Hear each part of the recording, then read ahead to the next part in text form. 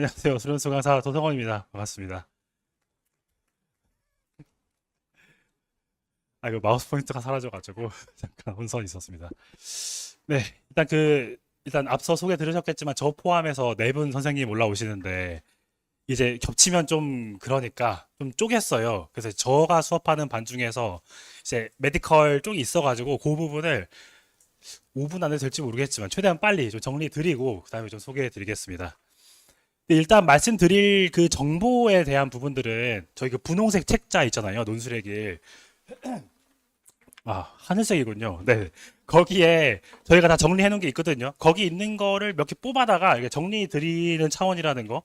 그래서 막 이렇게 적으시지 않으셔도 될 것 같습니다. 그렇습니다. 그럼 빨리 훑어 보도록 하겠습니다. 일단은 이제 실제 시험을 보러 가야 될 테니까 가장 메인이 되는 건 시험 출제 범위인 것 같은데요. 일단 이 부분은 이제 라인별로 좀 분위기가 다르다는 것을 알고 계실 것 같아요. 그러니까 보통 상위권 공대들이 이제 미기막에 다 나오는 편인데 이제 의대 라인들을 보면 조금 다양한 상황이죠. 그래서 이게 쓱 확인해 본다고 하면은 이제 치대랑 한의대가 조금 있어서 이제 색칠 안 된 별표는 치대에 있는 곳이고요.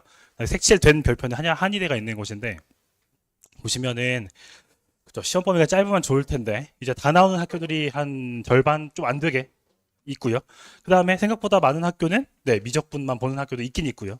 그리고 이제 조금씩 뭐 미학도 있고 부산대는 이제 올해 지역 인재 전형이다 보니까 사실은 서울권처에서 쓸 수가 없는데 미기를 택하는 그런 상황이고 마지막으로 시험범위가 가장 짧고 그래서 가장 뭔가 탐이 나는 그런 성대 이렇게 배치되어 있습니다. 위치한 이렇게 시험 범위가 굴러가고 그 다음에 약대 같은 경우는 학교가 좀 더 늘어나긴 했는데요. 약대도 대략 보시면 이 미기학 쪽에 있고 또 미격도 있고 약간 택하고 이런 식의 상황입니다. 그래서 사실은 이 시점쯤 되었으니 사실 메디컬에 관심이 있으셨다고 하면 이제 시험 범위가 어떤 상황인지는 다 파악하고 계실 것 같은데 뭐 짤막하게 네, 정리만 드리고 넘어가고요.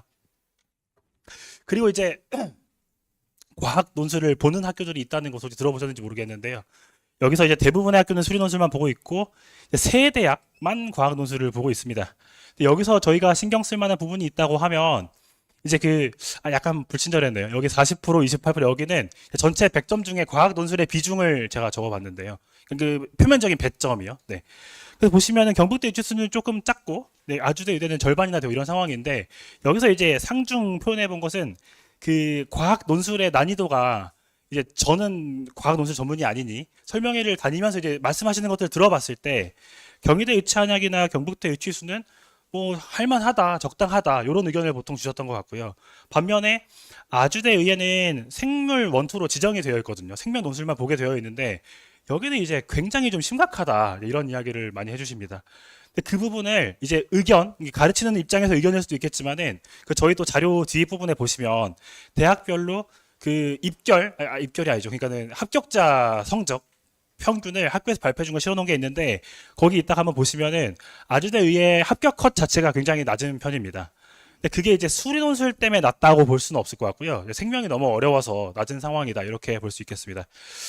그래서 특히 요 중에서 아주대 의예나 약대가 이제 수능 끝나고 2주 뒤에 이제 혼자 일정이 있다 보니까 사실 써볼까 이게 좀 되게 탐나는 그런 상황일 수가 있는데 일단 생명이 너무 세다고 하니 그거를 잘 주의해서 이제 지원을 해야겠습니다. 그 다음에는 이제 이거는 뭐 저의 의견이 좀 가미된 이제 논술 문제만 따졌을 때 난이도가 어떨까를 한번 의견을 담아서 정리해 봤는데요.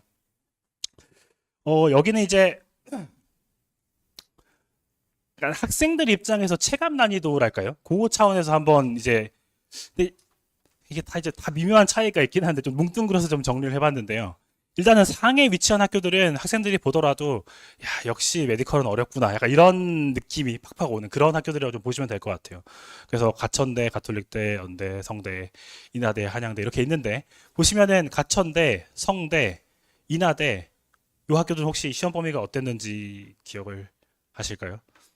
범위가 작은 학교들이 좀 많죠. 그러니까 미기학에 다 포함된 학교는 있긴 있습니다. 여기 단국대도 있고, 그다음 연대도 있고, 뭐 한양대도 있긴 한데 이게 이제 미적분만 시험 범위에 있는 학교들이 미적분만 내니까 세게 내신다? 뭐라고 해석을 뭐 할 수 있을지 모르겠지만 그런 상황이어서 이 학교들은 시험 범위가 작아서 좋아 보이지만 사실 수학 문제가 되게 어렵다 이렇게 볼 수가 있겠고 중하에 있는 것들은 특히 하에 있는 경희대나 아주대는 사실 메디컬인 것을 빼고 만약에 그냥 문제만 던져준다고 하면 그렇게까지 야 엄청 어렵네 이런 감상은 없을 거라고 생각합니다. 심지어 경희대는 여기도 이제 입결을 발표하는 학교여서 입결 한번 확인해 보시면 의대는 90점 후반이거든요 입결이. 그러니까는 막 다 맞은 줄 알았는데 삐끗하면 가는 거고 진짜 되게 조금만 삐끗해도 가는 그런 상황인 거잖아요. 못 가는 상황이니까. 경희대는 또 그런 독특한 상황이 있습니다. 뭐 마지막으로 중간에 있는 경북대만 찝어서 좀 말씀을 드리면 경북대는 합격 컷이 40점 내외거든요. 그럼 사실 되게 까다로운 학교니까 사실은 이제 상에 올리려고 하다가 이게 아무래도 제 개인적인 생각으로는 학교의 위치가 대구에 있기 때문에 좀 인기가 조금 덜하니 컷이 그쯤이 아닐까라고 생각하거든요. 물론 서울에 온다고 막 확 올라가는 그렇게까지는 아닐 수 있겠으나 같은 날에 중앙대도 같이 시험을 보거든요. 그럼 이제 아 어디 보지 하다가 아 그래도 서울이지 약간 이런 친구들이 분명히 많을 거란 말이에요. 아무튼 그래서 그런 의미에서 약간 내려볼까? 뭐 그런 정도의 이제 중이지 사실 시험 문제만 놓고 보면은 사실 꽤나 어려운 학교이긴 합니다. 그렇습니다. 그리고 약대 빠르게 훑어보면요. 약대에서 이제 좀 딴 데랑 독특하게 좀 뭔가 특징적으로 볼만한 학교는 고대 세종 약대가 있는 것 같은데요. 고대 세종 약대는 시험 범위가 미기학이 다 포함이 돼 있어요. 근데 기하랑 확통을 꽤나 세게 내시는 편입니다. 그러니까는 약대 치고도 어려운 편이고 그거 빼고 논술 안에서 보더라도 꽤 까다로운데 약간 이런 식의 상황으로 내고 있어요. 그러면은 어느 정도로 준비를 해야 하냐? 그걸 사실 가늠을 해보려면은 합격 컷을 알면 좋잖아요. 근데 고대 세종은 첫 해만 발표를 하시고 그 이후로는 합격 컷을 발표를 안 하고 있습니다. 그래서 사실 컷이 낮은 거를 확인을 하면 아 역시 어려웠네 이렇게 좀 마음을 좀 정리할 수 있는 것 같은데 그게 아니어가지고 약간 뭐 의견일 수 있겠지만 그래도 어쨌든 고대 세종은 미기화학을 좀 골고루 잘하는 친구. 근데 그게 쉽지가 않은데요. 기하 확동을 좀 논술용으로 많이 준비했다. 사실 이런 친구들한테 적합하다고 보여집니다. 그리고 네 넘어가겠습니다. 다음 수능 최저인데 이것도 빨리 훑어보겠습니다. 생각보다 오래 걸리는 것 같네요, 역시. 네. 아, 그래서 저희가 계획을 하기로 이렇게 이제 대학별로 사실 뭐 이런저런 말씀을 드리면서 이제 이야기를 드리는 게 좀 더 의견의 힘도 실리고 그럴 것 같은데 그건 이제 저희가 저 포함 4명이나 올라오고 막 2시간도 못 해야 되는 상황이니까 오늘은 최대한 못 하는데 7월 중에 아마 그럴 기회가 좀 있을 것 같긴 합니다. 그래서 오늘은 좀 스킵하고요. 넘어가겠습니다. 이런 자료는 다 있는 거고 사실 20점쯤 되면 다들 파악을 하고 계실 것 같아가지고요. 네. 그래서 뭐 대략 뭐 이야기만 하고 넘어간다고 하면은 메디컬 그 의대 치대 한의대 쪽에서는 4합어가 조금 높은 편인데 그래도 많은 학교가 3합 정도에 몰려 있구나 그런 정도이고 여기가 좀 높구나 그런 정도로 확인하시면 될 것 같고 약대에서 여전히 4합 5, 4합 6인 학교들이 있죠. 여기는 약대 중에서는 꽤 그 최저가 빡빡하네 정도로 이제 보시면 될 것 같고 나머지는 또 비스무리하다 이렇게 좀 확인하시면은 뭔가 괜찮지 않을까 싶습니다. 네. 그다음에 학생부 반영은 이거는 빨리 넘어가겠습니다. 그래서 이제 논술, 교과, 비교과 그런 그 이제 반영되는 방식인데 교과는 내신만 반영되고요. 비교과는 출결만 반영되는데 사실 이제 최근으로 넘어올수록 과거와 비교를 했을 때 논술 100% 학교 훨씬 많아졌고 내신 반영을 학교에서 이제 유불리 없이 설계하고 있다고 하지만 어쨌든 그 반영하는 학교들의 비율 자체가 굉장히 줄고 있어서요. 그래서 메디컬에서는 네, 굉장히 많은 학교들이 100% 논술만 보고 있고 요 학교들이 이제 내신을 반영하긴 하거든요. 근데 그 내신 반영을 어떻게 하는지도 제가 정리된 내용이 중간에 있는데 하나만 예를 들어서 보여드리면 예를 들어 가톨릭대다라고 하면은 이런 식으로 1등급이면 20점, 2등급이면 몇 점 이렇게 이런 식으로 환산을 하는 거예요. 학교마다 다 표가 다른데요. 대충 느낌 보시면은 앞에는 엄청 조금씩 줄다가 어느 순간 팍팍 늘어나는 구조가 있으니까 대충 요 안으로 들어오면 좀 안전한가 뭐 그런 정도로 가늠해 볼 수 있을 텐데 사실 또 그 논술 붙었던 친구들 아니면 쓰는 친구들의 평균을 알면 또 편하잖아요. 그거 차원에서 정리해봤는데 네, 카대는 의대 약대는 의대가 2.1 정도 약대가 3.3 정도라고 합니다.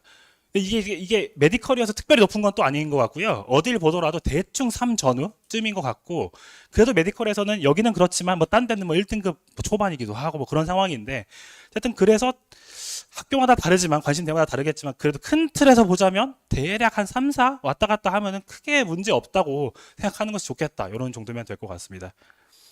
네. 그래서 뭐 정리 한번 해본다고 하면은 네. 일단은 필수라고 하기엔 좀 워딩이 센 것 같긴 한데 시험 범위가 미기화학인 학교들이 많이 있고 하니 미적만 준비를 하면 쉽지가 않으니 전체적으로 준비를 하기 위해서 입시 측면에서 좀 성공을 하려면 확통 기하를 하긴 해야겠다. 필수적이다. 그 다음에 논술만 실시한 되게 많고 최저는 대략 이런 성 정도. 그다음에 내신도 학교마다 다르다고는 하지만 사실 크게 아주 유불리가 있다. 그런 상태로 볼 필요는 없겠다. 이런 정도로 정리하면 될 것 같습니다. 네. 그리고 이제 이런 그 뭐랄까요 모집 요강에 대한 정리는 이 정도까지만 하고요. 이제 그 작년도 기출을 봤을 때 어떤 특징이 있을까? 여기가 사실은 이제 학교별로 좀 말씀을 드리면서 하는 게 제일 좋을 텐데, 요거는 이제 그렇게 하면은 제가 아마 8시에 끝나야 되거든요. 아마 하면 이제 8시 되면 쫓겨날 것 같아가지고 좀 최대한, 근데 네, 총평만 그냥 말씀을 드리면 두 가지 생각이 들었던 것 같습니다. 첫 번째는 과한 추측은 금물이다. 두 번째는 주제는 돌고 돈다. 그러니까는 과한 추측은 금물이라는 것은 뭐 시험 범위의 측면도 있겠고요. 문제의 학교의 스타일의 측면도 있을 텐데, 뭔가 그 학교마다 분위기가 다른 것은 사실이죠. 뭔가 그래도 올해는 왜 모의 논술에서 예고한 바가 없었던 것 같은데 좀 바뀌었네. 이런 면들이 꽤 많이 보였던 해였던 것 같습니다. 그래서 대표적으로는 건대가 작년에 되게 어려웠거든요. 그래가지고 2년 연속 시험을 쳤던 재수생들 같은 경우에 재작년 시험은 시험 보고 나왔을 때 아이고 잘 봤네, 약간 이런 기분으로 막 나왔다고 하는데, 작년도 시험은 시험 보고 나서 일단 그 계속 별로 안 까다로웠어가지고 적당한 난이도를 기대하고 들어갔겠죠, 아마 시험 보러 갔을 때. 근데 이제 문항수가 하나 줄었고요, 그 과거에 비해서. 그 다음에 기하를 안 내던 걸 갑자기 내셨거든요. 그랬더니 이제 애들 기분이 약간 쉬울 줄 알았는데 너무 어려워 버리니까 너무 이제 기분 안 좋게 나왔다고 하고, 합격 컷도 이제 발표된 걸 실어놨는데 합격 컷도 보시면 되게 많이 낮아진 상태입니다. 이제 예로는 이제 건대가 좀 극단적으로 많이 변한 케이스이긴 한데, 이런 것처럼 뭔가 그 예고되지 않은 느낌에서 오는 그런 불편함들이 좀 많이 있었던 것 같습니다. 그래서 이제 그래 요즘에 이렇게 나왔으니까 이렇게 나오겠지라는 좀 추측은 되게 위험하겠다, 그런 정도로 보여지고, 뭐 주제는 돌고 돈다는 건 사실 뭐 당연한 느낌이죠. 이것도 살짝 말씀드리면, 작년 홍대 문제 중에 한 문제가 한 5년 전 정도의 중대에서 나왔던 문제랑 똑같이 생겼어요. 그래가지고 수업 시간에 당연히 풀렸겠죠. 뭐 유명한 준비할 문제. 그래가지고 그 시험 보고 나서 학생들 몇 명이 수업 시간에 한 개 나왔어요. 근데 기억이, 그러니까는 풀었다는 건 기억이 나는데, 그러니까 긴장을 했으니까요. 막 근데 사실 그리고 뭐 저도 뭐 이제 수업하는 입장이 아니면 수업 그 뭔가 풀이 같은 걸 다 외우고 있진 않을 테니까요. 그래가지고 그래서 좋은 건지 나쁜 건지 그런 말도 해주더라고요. 어쨌든 그래서 뭐 이제 이런 상태다 정도로 이제 생각을 해봤고, 그렇습니다. 그렇습니다. 그래서 이제 기하학통 이야기를 사실 만약에 아직 논술 준비를 해본 경험이 없다라고 하면 사실 되게 좀 막연하게 불편한 이야기잖아요. 아직 사실 해봤자 내신에서 했던 경험이 전부일 텐데 자꾸 막 기하학통이 많이 나와요. 뭐 중요해요, 해야 돼, 이런 이야기를 자꾸 드리면 뭐 어쩌라는 거냐.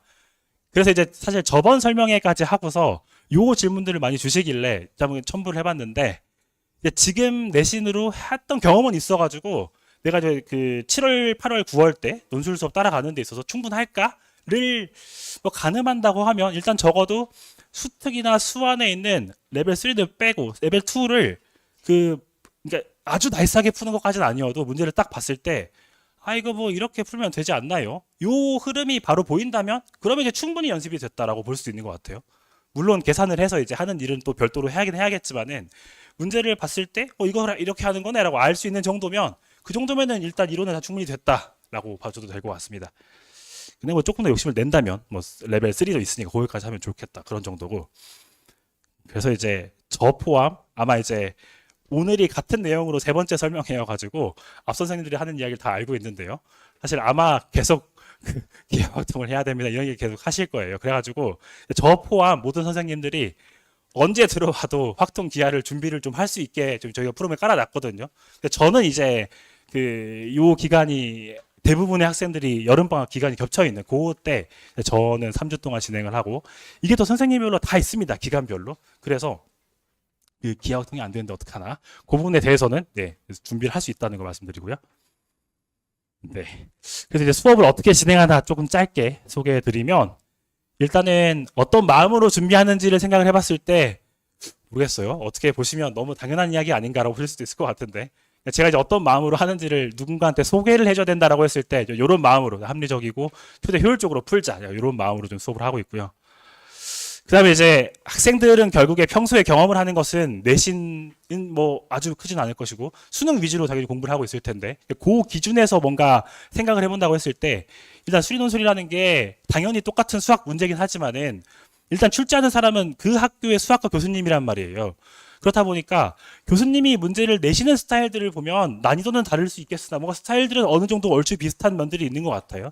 그 측면에서 말씀을 드리면 이제 그 의대 라인에서 진짜 되게 단단한 되게 센 문제가 아니고서야 이제 연습이 된 제 입장에서는 문제를 봤을 때 이게 조건이나 물어보는 것들 이런 거 봤을 때 아 이런 느낌으로 풀기를 원하는 것 같은데 뭐 이 주제를 낸 것 같은데 그걸 이제 저 정도면 캐치할 수 있는 느낌이고 학생들 입장에서도 제 생각에는 다 풀고 나서 다 소화를 하고 난 다음에는 아 문제를 봤을 때 이렇게 했으니까는 이렇게 하라는 건가 이런 것도 좀 가능하면 파악될 수 있게 좀 내시는 편이라고 보시면 될 것 같습니다. 그러니까 이제 그 점수를 깎기 위한 낚시 장치 이런 것은 사실 전혀 없다고 보셔도 될 것 같아요. 이런 시험이니까 이제 이렇게 공부하자 뭐 그런 느낌도 있고 네. 그래서 어쨌든 수업을 하는 느낌은 결국에 이제 사후적으로 설명을 하는 건 별 의미가 없잖아요. 시간이 엄청 널널한 상태에서 고민해 본 것도 뭐 소개는 해줄 수 있겠으나 짧은 시간 짧다. 그러니까 아무튼 제한된 시간 내에 풀어야 하는 것이니까요. 그런 거를 최대한 좀 기준 잡아서 해야겠다. 그 생각을 계속 합니다. 그래서 이제 처음 봤을 때 그 저의 생각이 굴러가는 걸 좀 소개를 해주면 좋지 않을까 싶어가지고 네, 막 최근에 모의고사도 봤잖아요. 그런 것도 소개해주고 그러고 있습니다. 그래서 만약에 진입하기 전에 저 기하가 어떨까요? 또 만약에 좀 가늠해보고 싶다고 하면은 뭔가 이제 이번 모의고사에 기하 30번 문제가 이거를 만약에 저한테 누군가가 이제 제가 아직 못 본 상태에서 그 모의고사라는 출처를 빼고 만약에 문제를 준다고 하면 중대 기하 1번 이라고 생각할 것 같기도 했어요. 그러니까 크게 그 내는 흐름이 다르지 않더라고요. 그래서 이것도 뭐 풀어보면 좋겠다. 사실 수업 시간에 풀었습니다. 네. 근데 이제 이런저런 이제 말씀을 드리면 뭔가 이제 이거 언제 다 그런 고민을 차분하게 해가지고 푸는 거냐, 마음이 급한데 뭐 이런 생각을 할 수 있을 것 같아요. 근데 이거는 이제 이런 면이 있는 것 같습니다. 수능은 쉬운 거 이제 막 배치해가지고 어려운 거 이제 많이 풀기, 잘 풀기 이런 이슈가 될 텐데 논술은 물론 이제 학교마다 면은 다르겠으나 그래도 그러니까 뭐 평균 내자만 이런 느낌인데요. 그러니까는 수능과 비교했을 때 하 난이도는 하나도 시험이 없는 거고 중상, 중상 이렇게 이제 배분이 되어 있는 것이니 막 너무 급하게 볼 필요조차 없다는 것이죠. 그러니까 그 느낌에서 또 문제를 볼 필요가 있다. 이런 이야기를 자꾸 하고 있습니다. 그리고 또 이제 합격 컷이 학교마다 다르지만 절대 100점이 아니란 말이에요. 심지어 좀 어려운 시험이 되면은 컷은 확 떨어지기 마련이에요. 그러니까는 뭔가 문제를 바라볼 때도 이게 이제 그 평소 모의고사를 볼 때 내가 목표가 엄청 높은 친구들이면은 더 불편한 상황이 될 텐데 그런 시험이 아니라는 걸 또 알고 보는 게 중요한 것 같습니다. 이거는 뭐 이제 메디컬만 해당하는 게 아니고 전체적으로 해당하는 내용이라고 봅니다. 네. 네, 그래서 이제 애들한테 맨날 하는 이야기가 어차피 똑같은 문제 또 안 나오고 자꾸 바뀌어서 나올 테니까 이거 문제가 항상 쓱 보고 풀리는 문제를 낼 리가 없지 않냐. 왜냐면 문제 수가 적으니까요. 그러니까 항상 문제 풀 때 좀 구조를 파악하는 식으로 가자. 뭐 그런 이야기 하고 있습니다. 그렇습니다. 그래서 수업 일정 좀 말씀드리면 이거는 저 포함 다 똑같아요. 그래서 7월 7일이 포함된 그 주부터 시작을 하고 11주 진행이 되고요. 21일 바로 뒤에 이제 있는 주말에 연대 시험이 시작되거든요. 이때까지 마무리를 하고 요 뒷주부터 이제 대학별 파이널로 찢어지게 됩니다. 요 앞에까지는 레벨별로 쪼개서 가고요. 그래서 이제 저 같은 경우는 이렇게 지금 시간표가 배치가 돼 있는데 그 시간표는 또 이제 전체 시간표가 출력이 돼 있을 거거든요. 그것도 보시면 좋을 것 같은데 네 시간이 네 근데 여기서 이제 그 아마 쓱 보셔서 아시겠지만은 그 학교 이름으로 잘라가지고 엄청 다양하잖아요.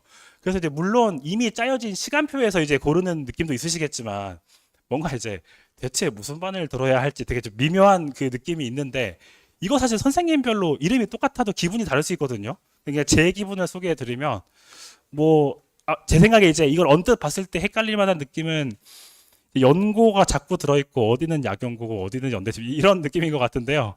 일단은 요 반 기준으로 말씀을 드리면 요 반은 이제 일단 연고대가 메인 타겟이 되는 거고 근데 이제 한성서도 쓰긴 쓰시나요? 그런 정도의 기분으로 이제 난이도를 배분해가지고 진행하는 그런 느낌이에요. 그러니까는 뭐 중경이 준비가 안 된다고 볼 수는 없겠죠. 그렇지만 약간 효율이 많이 떨어진다. 어쨌든 그래서 연고가 메인이 되는 타겟이고 여기는 이제 약대까지 같이 쓰시죠. 그래서 위로 좀 올라가는 느낌으로 제가 이제 구성을 하고 있는 거고 그다음에 연고 한성서는 사실 한성서가 메인인 것이고 연구도 쓸 거니? 아, 그러면은 좀 하자. 약간 이런 느낌이죠. 대신에 연대에서도 이제 과가 다양하니까 뭔가 이제 연대가 나의 좀 위쪽의 목표인 것을 기분으로 이제 난이도를 적당히 맞춰가서 그렇게 하고, 한성소 중경이도 사실 중경이가 메인인 것이고, 그치만 윤원술이면 한성소도 쓰겠지. 뭐 그런 마음으로, 아니 그런 미묘한 차이가 있는 그런 느낌이다.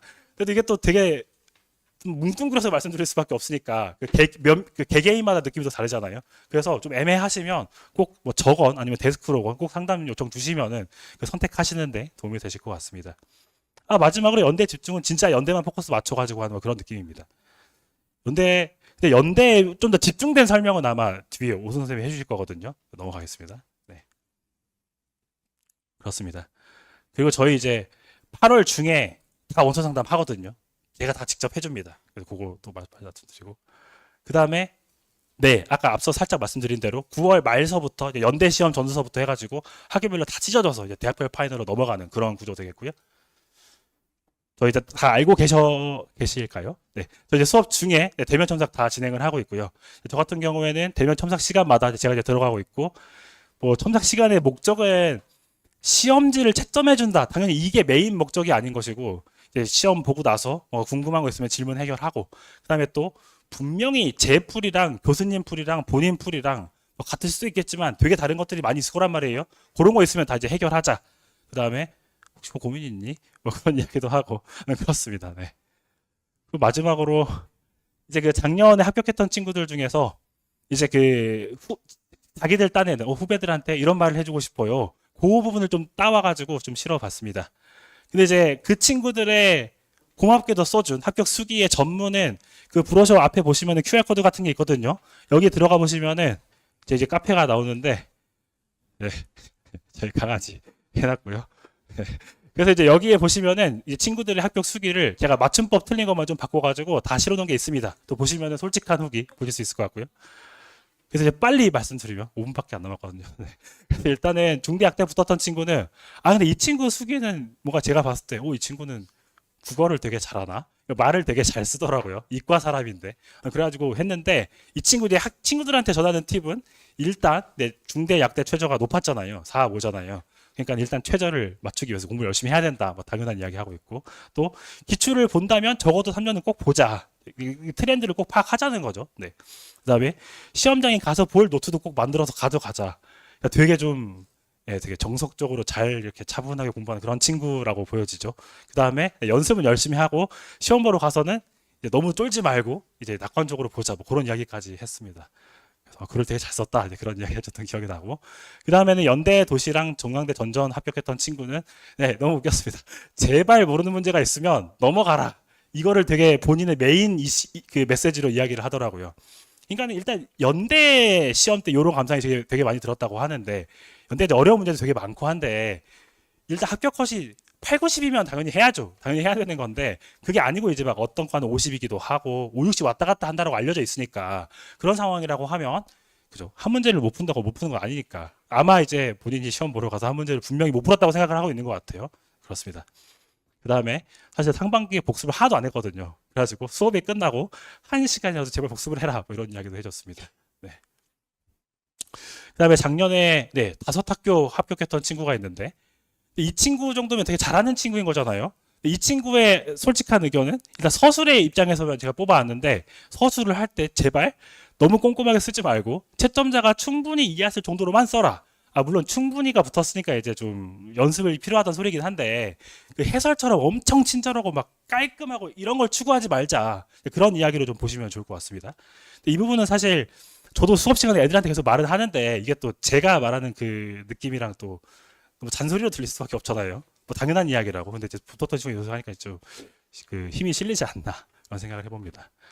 그 다음에는 연대 시스템 마저테 붙었던 친구는 잘 공부했다는 이야기인데요. 답안을 작성하기 전에 요구사항을 확인하고 간략하게 논리적으로 정리해 보았다. 네. 근데 이것만 봤을 때 조금 되게 저게 정석적으로 또 엄청 그렇습니다. 네. 그 다음에 고대 이제 붙었던 친구는 시험 보러 갔을 때 내가 여기서 수학을 제일 잘한다. 내가 안 붙으면 누가 붙겠냐. 뭐 그런 마음으로 이제 계속 시험에 임했다고 그런 이야기도 해줬습니다. 네. 그 다음에 이 친구는 이 친구는 그 첨삭 시간에 저랑 되게 이야기를 많이 했던 기억이 나는 친구예요. 그래서 이 친구는 최대한 고민, 최대한 스스로 어떻게까지 해보고 정 안 되겠으면은 질문하는 식으로 공부했다. 또 이런 이야기를 해줬습니다. 네, 그리고 이 친구는 이제 그 다른 학생들에 비해서 논술 전형의 비중이 다른 친구들보다는 높았던 친구였습니다. 그래서 사실 나중에 알았던 사실인데 그 한 상반기부터 이제 자기는 사실 논술로 가야 될 것 같았대요. 다른 과목이 안 나오는 것을 깨닫고 그래가지고 최저 맞추는 용도로만 수능을 임했고 나머지 시간은 다 그냥 논술 복습하는 데 시간 썼다고 하더라고요. 근데 그걸 이제 평소에는 저한테 티를 안 내다가 나중에 이제 원서 쓰거나 그때 이제 이야기를 해주던데 그래서 그런 친구여서 제일 중요한 게 복습이다. 자기도 되게 열심히 했었고 심지어 네, 한 달 뒤에 텀을 두고서 그렇게까지 복습을 했다라고 합니다. 근데 이렇게까지 준비하면은 사실 그쵸, 어느 시험이건 되게 잘 준비할 수 있다고 보는데요. 이렇게까지 공부를 열심히 했다고 합니다. 네. 그리고 이 친구는 네, 이제 첨삭할 때 이제 어떤 부분이 시험을 볼 때 조가 평가가 되고 또 어떤 거 어떻게 하면 또 부정적으로 평가가 되는가 이런 부분에 대해서 좀 신경을 쓰면서 공부를 했다라고 또 이야기를 하고요.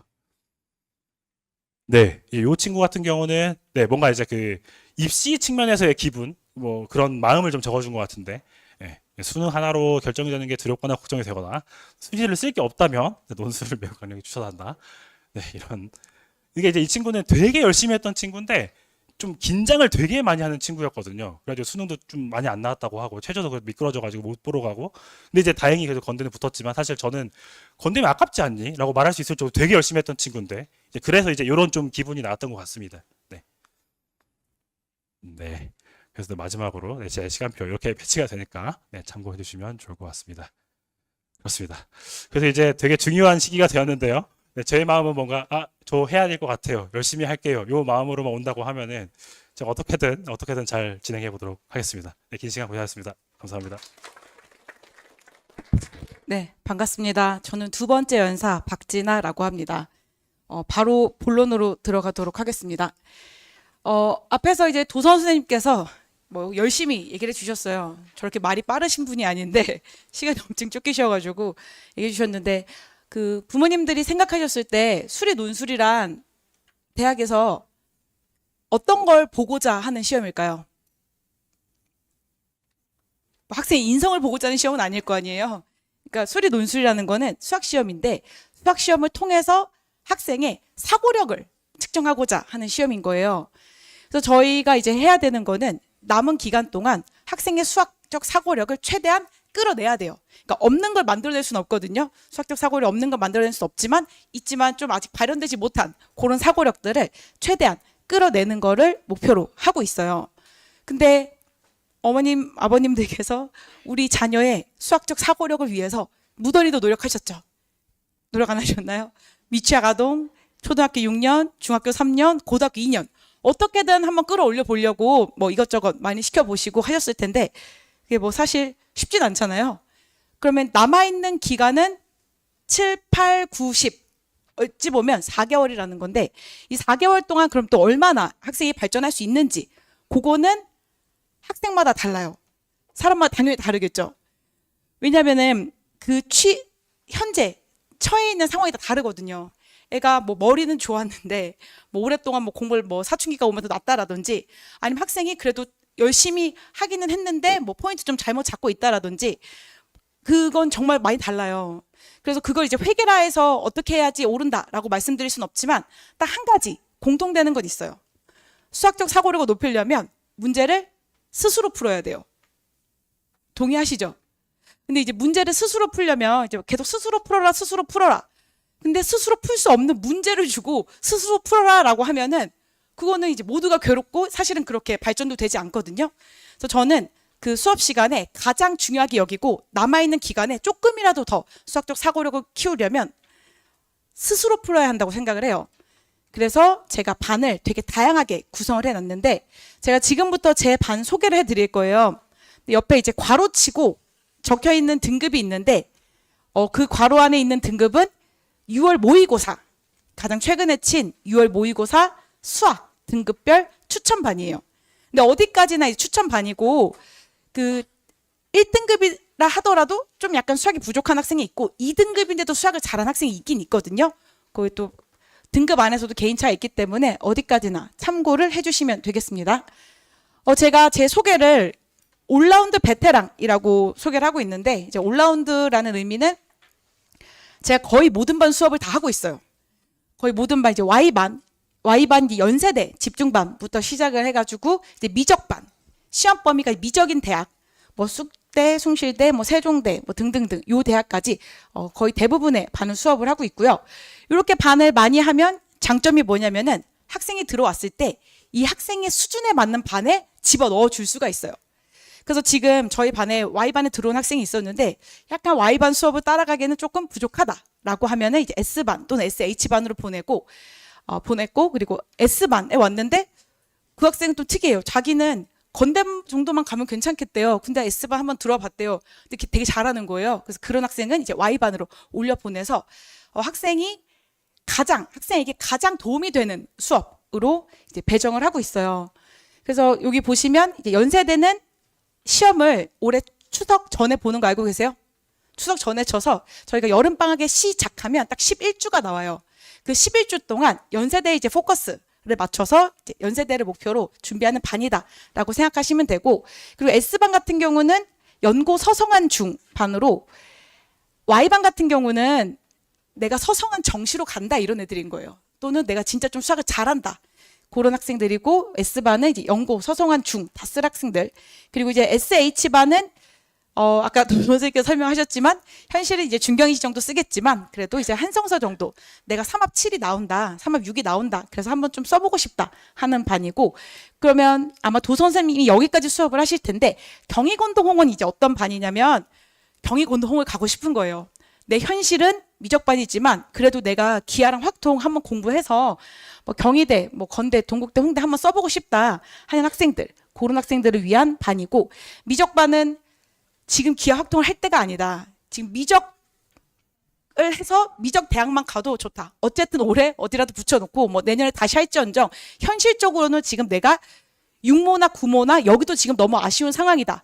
그리고 수학도 그렇게 잘하지 못한다 하는 학생들은 이제 미적반을 추천을 드리고 있습니다.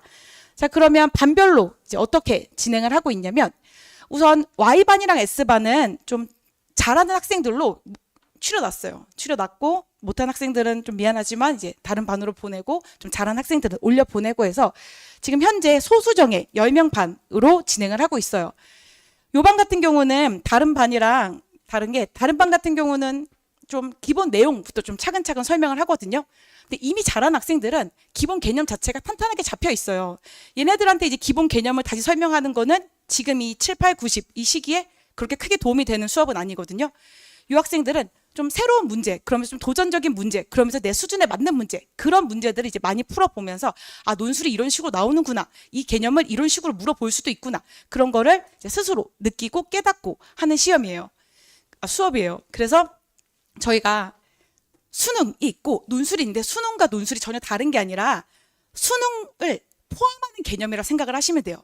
일단 수능에서 그 기본적인 수학적인 걸 보지만 여기서 보지 않는 조금 더 확장된 좀 수학에 대해서 좀 큰 개념으로 논술을 접근하시면 되는데, 기본적인 개념이 아니라 그 바깥, 분명히 교과서에 있지만 수능에서 물어보지 않아서 학생들이 좀 어색해하는 그런 개념들, 그리고 또 본질에 집중하고 있지만 그걸 조금 더 이제 응용시킨 그런 문제들을 내는 학교를 준비하는 반이기 때문에 상당히 좀 제가 디테일하게 봐줘요. 돌아다니면서 학생들마다 일단 이 반에 있는 학생들은 다 감은 좋거든요. 감은 좋은데 뭔가 그게 점수가 좀 완벽하게 안 된 학생들이 있어요. 그래서 제가 돌면서 그냥 풀어 하고 해설이 아니라 보면서, 너 문제 좀 잘못 읽은 것 같다. 문제 앞뒤 뭐 빠진 것 같다.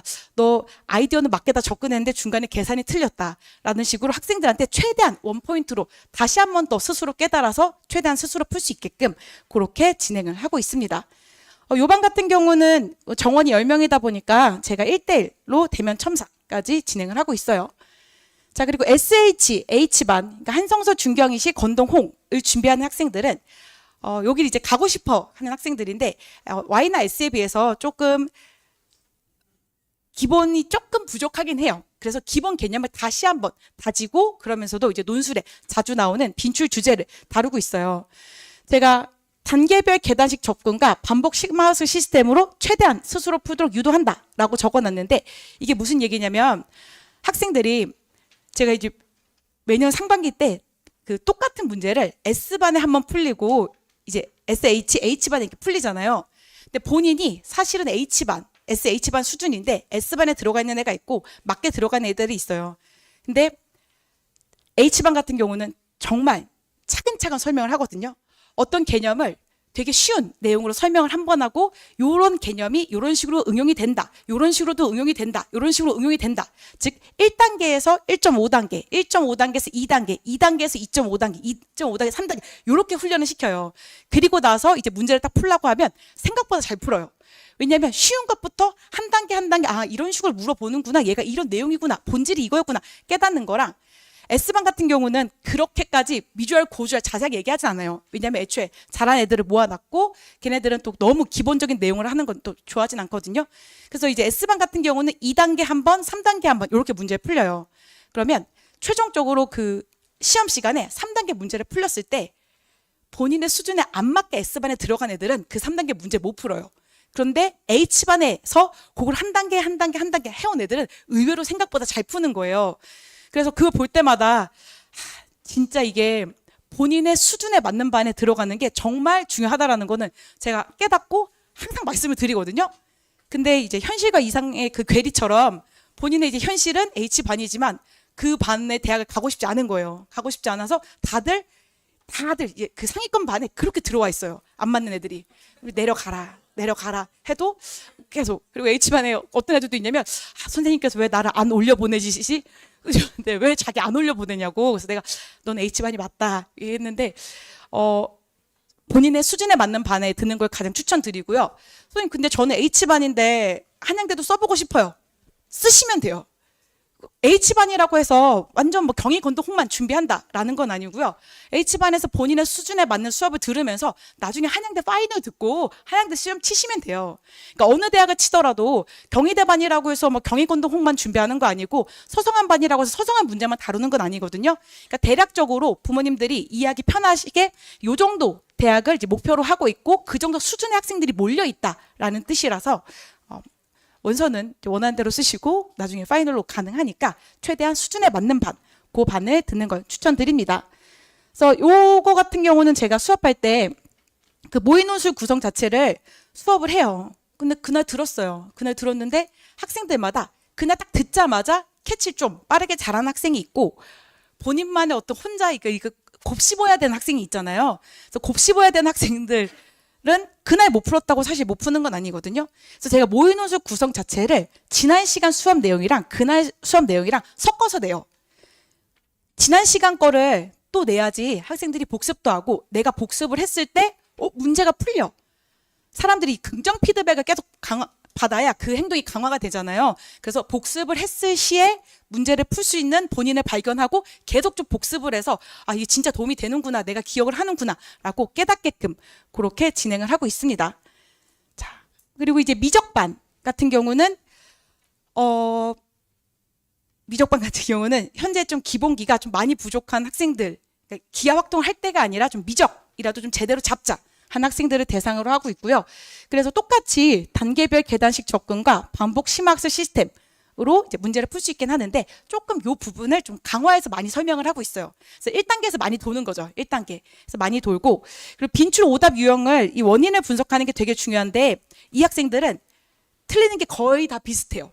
보통은 오답이라고 하면은 뭐 어쩌다가 뭐 내가 한 번 틀려야 되는데 이 반 같은 경우는 문제 풀리면 거의 한 30%는 이제 오답이 나온다고. 근데 오답이 나오는 이유가 개념을 정확히 모르기 때문에 오답을 나오는 경우가 많아요. 그래서 제가 너네 이 개념을 모른다라고 백날 얘기를 해도 인정하지 않아요. 자기는 안다라고 항상 얘기를 하는데 정말 응용이 안 된 거. 근데 개념만 정확히 알면 풀 수 있는 문제 딱 던져줘요. 그리고 나서 이제 틀릴 때까지 기다리는 거죠. 틀리면 그거 봐, 너 모르는 거라고 얘기하면 그땐 좀 받아들여요. 난 아는 줄 알았는데 근데 설명을 들어보니까 진짜 개념만 알면 풀 수 있는 그런 내용들. 요 미적반 같은 경우는 어떤 경우가 많냐면 공부를 하기는 해야 되는데 시켜서 이렇게 해가지고 문제의 어떤 본질이나 정확한 개념보다는 문제 풀이 위주로 공부를 하는 것들이 많거든요. 그렇게 해서는 잘하긴 힘들어요. 정확한 개념, 문제 그 어떤 내용의 본질을 파악을 해야 되는데 안다라고 생각하기 때문에 알려고 하지 않아요. 그래서 요 반 애들은 일단 모른다는 거 일단 깨치게 하고 그 다음에 다시 기본 내용 위주로 많이 반복해서 진도를 나가고 있습니다. 그리고 아까 도성 선생님께도 말씀하셨지만 학교에서 학생 어떻게 하면 틀릴까 이렇게 문제 내지 않아요. 일부러 함정파거나 그러지 않아요. 매년 수학에 있어서 가장 중요하고 본질적인 내용을 내요. 왜냐하면 그렇게 내도 어차피 학생들이 알아서 다 틀려주거든요. 다 틀려서 알아서 걸러지기 때문에 가장 중요한 내용 그리고 이제 본질적인 내용을 위주로 문제를 내서 그거를 정확하게 숙지를 하고 있으면 잘 풀 수 있어요. 그래서 저는 반복 학습 요거 되게 중요하게 생각을 하고요. 스스로 푸는 게 중요한 이유는 다음 주에 넘어가기 전에 또 다시 말씀드리면 스스로 풀어야지 기억에 남아요. 선생님이 푼 해설을 듣잖아요. 그러면 공부한 기분은 들어요. 공부한 기분은 들지만 스스로 그렇게 크게 공부가 되진 않거든요. 우리는 7월, 8월, 9월, 10월 수업을 듣고 시험은 언제 치냐면 11월에 시험을 쳐요. 그러면 7월에 수업 들은 내용이 11월까지 기억이 이어져야 돼요. 기억이 이어지려면 그때 무조건 스스로 풀었어야 돼요. 이때 스스로 풀지 않으면 11월에 본 것 같기도 하고 아닌 것 같기도 하고 딱 그냥 그런 기분만 들고 그때 스스로 못 풀었으면 이때도 스스로 못 풀어요. 그래서 최대한 제가 힌트를 줘가면서 그래도 스스로 풀 수 있게끔 그렇게 반을 이끌고 있다라고 생각해 주시면 되겠습니다. 자, 그럼 제 그 정규반 수업은 여기까지 말씀드리도록 하고요. 제 특강이 있는데 제가 그 기하랑 확동 특강을 해요. 매주 일요일 6시 20분 네, 한다라고 적혀 있네요. 그 기하 4회, 확동 3회 이렇게 진행을 하는데요. 그 개념 정리만 하는 수업이 아니다라는 거는 이제 어떤 말이냐면 개념만 안다고 해서 문제 풀 수 없어요. 아시죠? 뭐 확률, 전체 경우의 수분의 사건의 경우의 수. 그게 개념이잖아요.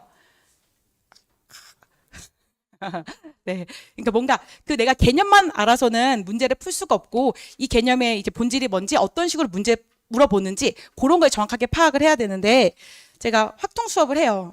그리고 이제 학생들이 집에 보내잖아요. 요거 개념 수업이라 가지고 정규반 수업에서 이제 확통을 좀 자연스럽게 잘 따라올 수 있도록 개념 위주로 하는 수업인데 개념만 수업하면 거의 잘 문제 못 풀어요. 근데 그렇다고 집에 보내놓은 다음에 집에 가서 공부를 해 라고 하면 거의 잘 안 해요. 그러니까 해야 한다라는 상황인 건 알지만 공부가 잘 안 돼요. 왜냐하면은 개념은 알지만 혼자 풀려고 하면 괴롭거든요. 그래서 제가 수업 시간에 뭘 하냐면은 문제를 푸는데 풀 수 있게끔 그 약간 훈련을 시켜요. 예를 들면 확률 문제는 경우에 확률과 통계 파트. 확률 문제는 본질이 뭐라고 생각하세요? 확률의 본질, 경우의 수의 본질. 경우의 수 문제를 내면 학생들이 순열인가 조합인가 중복 순열인가 중복 조합인가 그렇게 따지거든요. 근데 경우의 수의 본질은 빠짐없이 중복 없이 세는 거예요. 그럼 빠짐없이 중복 없이 세려면 본인이 분류 기준을 나눠야 되고 빠짐없이 중복 없이 분류 기준을 딱 나누면 그러면 저절로 나와요. 확률 같은 경우도 제가 제일 싫어하는 답안이 뭐냐면 학생 푸는데 제가 지나가면 계속 보거든요. 제가 숫자가 나와 있는 걸 제일 싫어해요. 학생들이 마음이 급해요. 확률 답을 찾아야 되니까 얘 2분의 1인지 4분의 1인지 그걸 찾고 있는데 그러면 안 돼요. 확률 문제의 본질은 상황을 분석하는 거예요. 상황을 분석하면 확률은 저절로 나오거든요. 그래서 상황 분석하는 연습을 시켜야 돼요. 그래서 제가 수업 시간에 학생들한테 문제를 풀리고 상황 분석을 해라. 확률은 2스텝. 첫 번째가 상황 분석. 그리고 상황 분석이 되면 확률은 저절로 나온다. 그 얘기를 반복적으로 해요. 근데 그게 훈련이 안 된 애들은 상황 분석을 하려고 하지 않고 계속 답을 찾으려고 그래요. 그런 거는 센 수학이나 쉬운 것들은 답이 나오거든요. 암산으로 대충 생각해도 답이 나오지만 논술 문제는 그 정도 난이도가 나오는 게 아니라 그것보다 한 단계 높은 게 나오기 때문에 상황 분석을 정확하게 하지 않으면 답이 안 나와요. 어쨌든 말이 길었고 그래서 제가 하는 게 어떤 주어진 상황이 이럴 수도 있고 저럴 수도 있고 각 상황에 대해서 이럴 수도 있고 저럴 수도 있고 이럴 수도 있고 저럴 수도 있고 뭐 상황을 이런 식으로 분석하는 문제가 있고 뭐 1회차, 2회차, 3회차, 4회차 뭐 게임이 진행됨에 따라 뭐 성공 실패 이런 식으로 분석해야 될 때가 있고 뭐 상황에 따라서 뭐 얘를 표로 1, 2, 3, 뭐 1, 2, 3 이런 식으로 주어진 상황을 표로 분석해야 될 때가 있거든요. 그래서 수업 시간에 하는 게 뭐냐면 개념 설명을 한 다음에 학생이 이 주어진 상황을 어떻게 분석해야 되는지 그거를 계속 시켜요. 그럼 학생들이 또 보면 수영도가 좀 더 쉬운데 표로 분석한 학생이 있고 표가 더 쉬운데 뭐 다르게 분석한 학생들이 있어요. 그래서 수업 시간에 최대한 이 문제를 어떻게 접근해야 되고 상황 분석을 어떻게 해야 되는지 그런 식으로 확률 문제를 풀 수 있게끔 만들어 놓고 집으로 보내잖아요. 그러면 풀고 싶어요. 왜냐면 내가 조금만 더 하면 정말 잘 풀 수 있다라는 걸 스스로 느꼈기 때문에. 그래서 개념 수업만 하는 게 아니라 제가 지금 확률만 말씀드렸는데 기하도 마찬가지예요. 기하도 계속 저랑 같이 선 긋고 그림 그리고 그림도 어떻게 그려야 되는지 그런 걸 다 하나하나 수업을 하거든요. 그래서 최대한 개념을 바탕으로 문제 풀 수 있게끔 집에 가서 스스로 공부할 때 이제 힘들지 않게끔 거기까지 해서 돌려보낸다라고 생각하시면 되겠습니다. 네. 자, 제 수업 구성은 나와 있는데 뭐 모든 선생님이 다 마찬가지일 거예요. 저희 1시간 40분, 3시간 40분 수업이고 1시간 반 수업, 그리고 모의 논술이 1시간 40분인데 실제로는 1시간 반에 10분은 첨삭 시간이라고 생각하시면 되십니다. 대부분의 대학이 90분에서 2시간, 90분에서 120분 동안 시험을 치거든요. 그래서 실전 감각을 익혀야 되기 때문에 최대한 그 실전 시간과 비슷하게 설정을 해놨고요. 그리고 모의 논술 시간에는 뭐 대면 첨삭, 숙제 피드백, 질의응답 받고 있고요. 모의 논술 결과는 M테스트로 확인 가능하십니다. 이제 원서 상담은 8월에 제가 학생 답안지 다 자세히 보고 학생한테 어떤 대학이 맞는지 추천을 드리고 어디까지나 추천이고 부모님께서 제 의견을 바탕으로 쓰시고 싶은데 쓰시면 되세요. 제가 학생 수준은 한 경희건동 홍 정도 쓰면 되겠다라고 하시는데 부모님들께서 연대는요? 네, 물어보시는데 저는 경희건동 홍 정도가 적정하다. 그러면 연대는요? 계속 이렇게 물어보시는데 네, 저는 어디까지나 어디가 적정하다라고 말씀을 드리는 거고 본인의 인생이니까요. 네, 그래서 원서는 그거 참고하셔서 쓰시면 되겠습니다. 자, 그럼 전 여기까지 하고 다음에 또 뵈도록 할게요. 감사합니다. 네, 반갑습니다. 교과서 핵심 개념으로 완성하는 수료연술 김지은입니다. 반갑습니다. 네. 앞에서 이제 선생님들께서 하셨던 내용들 좀 중복되는 거 빼고 좀 중요한 포인트 위주로 좀 말씀을 드릴게요. 저는 학교별로 좀 그룹핑을 해서요. 그 학교마다 좀 전략을 어떻게 세우면 좋을지에 대해서 간략하게 말씀을 드리고 제 수업 설명을 하도록 하겠습니다. 자, 연고 한서 중경희시 건동홍은 지금 출제 범위가 미기 확인 학교들이에요. 그죠? 그래서 여기에서는 어떻게 우리가 좀 전략적으로 대비를 해야 되냐. 일단 첫 번째는 작년에 기하학통 비율을 제가 좀 카운트를 했거든요. 그래서 한번 보시면 자연 계열만 제가 조금 웬만하면 이제 카운트를 했고요. 이게 좀 주관적인 거예요. 주관적인 거예요. 어떤 거냐면 만약에 뭐 기하 문제하고 미적 문제가 엮여서 나왔어요. 그러면 기하가 좀 많이 들어간 것 같다라고 하면 기하로 카운트를 했고요.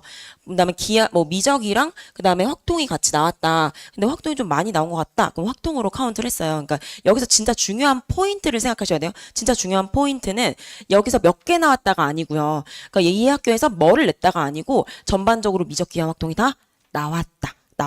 그래서 해야 된다. 이게 지금 중요한 포인트예요. 그래서 그 중에서 조금 말씀을 드리자면 이제 수학, 수원, 수투는요. 지금 문제들이 보통 복합적으로 나오죠. 어떤 단원 딱 수학, 수원 뭐 이렇게 나오는 경우들이 거의 없어요. 그렇게 복합적으로 나오기 때문에 지금 뭐 이걸 보고서 수원 수투 거의 안 나오네. 공부할 필요 없다. 이게 아니고 수원 수투는 단독 출제가 잘 되는 스타일은 아니고 같이 통합적으로 나오는구나. 근데 이제 단독 출제가 된다면 보통은 이제 경우의 수나 수열 파트는 단독 출제가 많이 되는 부분이고요. 다른 부분에 있어서는 다른 문제들과 이제 결합적으로 나온다. 이렇게 보시면 좋겠어요. 그다음에 그냥 쭉 보시면 지금 미적 기하학통의 결국은 어떻다? 다 나오는구나. 다 준비를 해야 되는구나. 이런 거고요. 좀 뭐 조금 특이한 학교들을 말씀을 몇 개만 드리자면 뭐 서강대 같은 경우 보시면 지금 학교가 오전이랑 오후랑 시험 2번 쳤는데 작년에 둘 다 미기만 나왔어요. 그러니까 미적하고 기하만 나왔네. 확통할 필요 있다 없다? 없나? 이렇게 생각할 수도 있는데 아니요. 원래 전통적으로 서강대가 이제 미적하고 확통만 계속 내던 학교인데 갑자기 작년에 미적하고 기하를 낸 거예요. 그러니까 무슨 얘기냐면 결국은 준비를 해야 된다. 그죠? 미적 기하 확통 다 준비하자 이런 거고요. 이제 많이 들어보셨겠지만 이화여대 어떤 학교? 나쁜 학교. 미적 기하 확통을 내겠다고 해놓고서 항상 어떻게 내죠? 기하학통 안 내고요. 미적만 나온 지 지금 한 3년 됐나요? 22년도에 기하가 나오고 그 뒤로 거의 안 나왔죠? 그러니까 여기 쓸 때 자꾸 이제 여자친구들이요. 선생님 저 착한 마음으로 기도하고 미적만 나오게 해주세요 하면서 문제를 좀 지원을 해보면 어떨까요? 라고 자꾸 물어보시는데 저는 그냥 그렇게 말씀하시면 하나 버린다고 생각하고 쓰세요. 지원할 때. 여기는 안 된다고 생각하고 쓰세요라고 말씀드리거든요. 그러니까 어떻게 될지 모르는 거기 때문에 준비를 하세요. 알겠죠? 자, 그래서 첫 번째, 여름방학 전에요. 기하학동 개념 완성은 필수로 하셔야 됩니다. 그러니까 7월 전에 개념 완성 정확하게 좀 하셔야 되고요. 근데 못했어. 근데 지금 개강이래. 어떡하죠? 그러면 이제 저희가 지금 언제 들어오더라도 할 수 있도록 지금 기하학동 개념 특강이 계속 주기별로 있어요. 근데 언제를 넘어서면 안 되냐. 이렇게 마지노선 있잖아요. 마지노선이 7월 둘째 주에 다 같이 선생님들 개강하시는데 보통 한 7주 차쯤에는 기하학통이 시작해요. 그때는 기하학통 시작하면 그때 시작해서는 절대로 수업을 따라갈 수 없습니다. 제가 항상 친구들한테 첫 주에 수업할 때 뭐라고 하냐면 기하학통 안 한 사람 7주 차부터 뭐 학통할 거니까 그때까지 안 돼 있어 오지 마. 라고 얘기하거든요. 들을 수 없어요. 수업 들을 수 없거든요. 그래서 그 전까지는 꼭 완성해서 기본 개념 정도 듣고요. 그다음에 기본적인 문제들은 조금 풀어보고 와야지 수업을 들을 수가 있습니다. 그래서 여름방학 전에 기하학통 개념 완성 당연히 필수로 하셔야 되고요. 두 번째는 적분 심한데 이제 이게 현역 친구들 같은 경우는 만약에 모의고사 6모, 9모 기준으로 출제 범위 기준으로 자꾸 공부를 많이 하잖아요. 그러면 마지막에 적분이 완전 날림으로 되어 있어요. 적분이 잘 안 되어 있는데 논술에서 적분이 항상 출제된다. 그냥 출제된다라고 생각하셔야 돼요. 그래서 적분 심화 꼭 잘 하고 있어야지 그래야 연고 한성서 중경이시 건동원까지는 좀 우리가 써볼 수가 있다. 특히나 더 상위권 연고 한서 이쪽은요 정말 적분 심화까지 잘 해야 한다.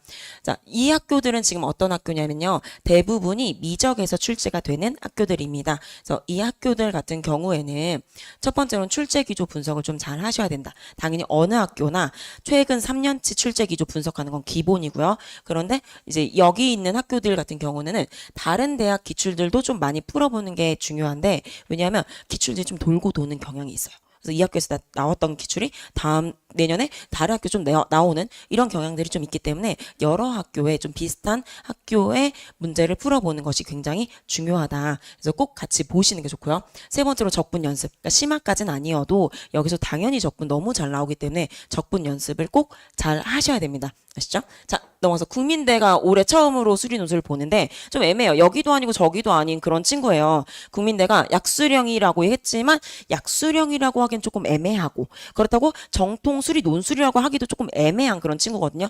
자, 여기는요. 지금 보면 자연계 기준으로 국어 2문제, 수학 8문제가 나오고요. 그다음 예상 문제를 발표했습니다. 예상 문제 봤더니 보통 약수련 학교들은 다들 EBS 그 연계교재 있잖아요. 수능, 특강, 수능 완성해서 거의 수능하고 똑같이 출제가 됐는데 지금 국민대 같은 경우는 거기보다는 어디에 좀 더 비슷한 스타일이냐면 그 교과서에 보시면 맨 뒤에 막 스토리텔링 이런 부분 있잖아요.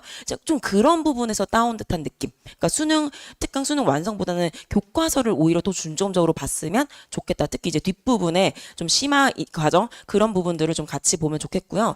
그다음에 만약에 준비를 한다면 보통 국민대만 준비를 하는 친구들은 없잖아요. 보통 최소 2-3개 정도는 논술을 같이 준비하시니까 준비하실 때 미적반하고 같이 준비를 하시면 좋을 것 같다. 첫 번째로는 교과서 심화 문제 좀 많이 보셨으면 좋겠고 EBS 연계고제 당연히 기본으로 보셔야 되는 거고요. 그다음에 방금 말씀드린 것처럼 난이도가 좀 낮은 미적 대학하고 함께 대비를 하는 것이 도움이 많이 될 것 같은 학교입니다. 그래서 그렇게 한번 준비를 해보시면 좋겠고요.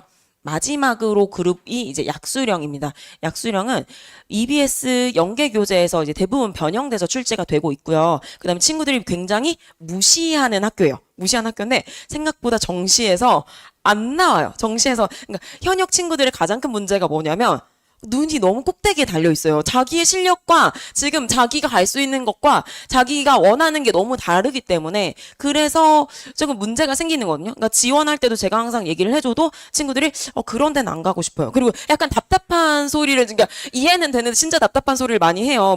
만약에 이 친구가 숭실대를 가야 될 것 같아. 그래서 너 숭실대 스타일이 너무 잘 맞고 너 지금 실력도 숭실대야라고 하면 친구들이 네 선생님 숭실대는 이미지가 안 좋아요. 저한테 거기 좀 약간 사회 배려자 전형이 많잖아요. 막 이렇게 얘기를 하는 거예요. 그러면 그런 게 중요하니? 네 정시를 못 가는데 근데 그런 게 지금 이 친구들한테는 되게 중요한 이슈인 거예요. 그러니까 거기다가 뭐 홍대 너무 좋아요.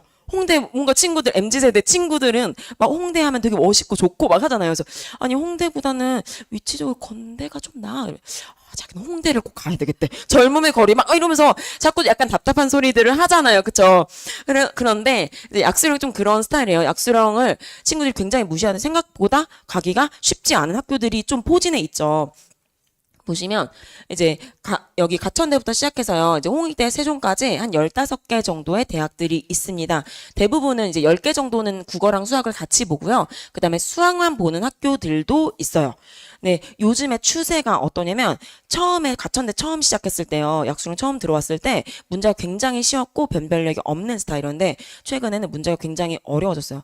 EBS 수능 특강 수능 완성 문제요. 정확하게 제대로 자기가 혼자 풀려면 2등급 돼야 돼요. 수학 등급이요.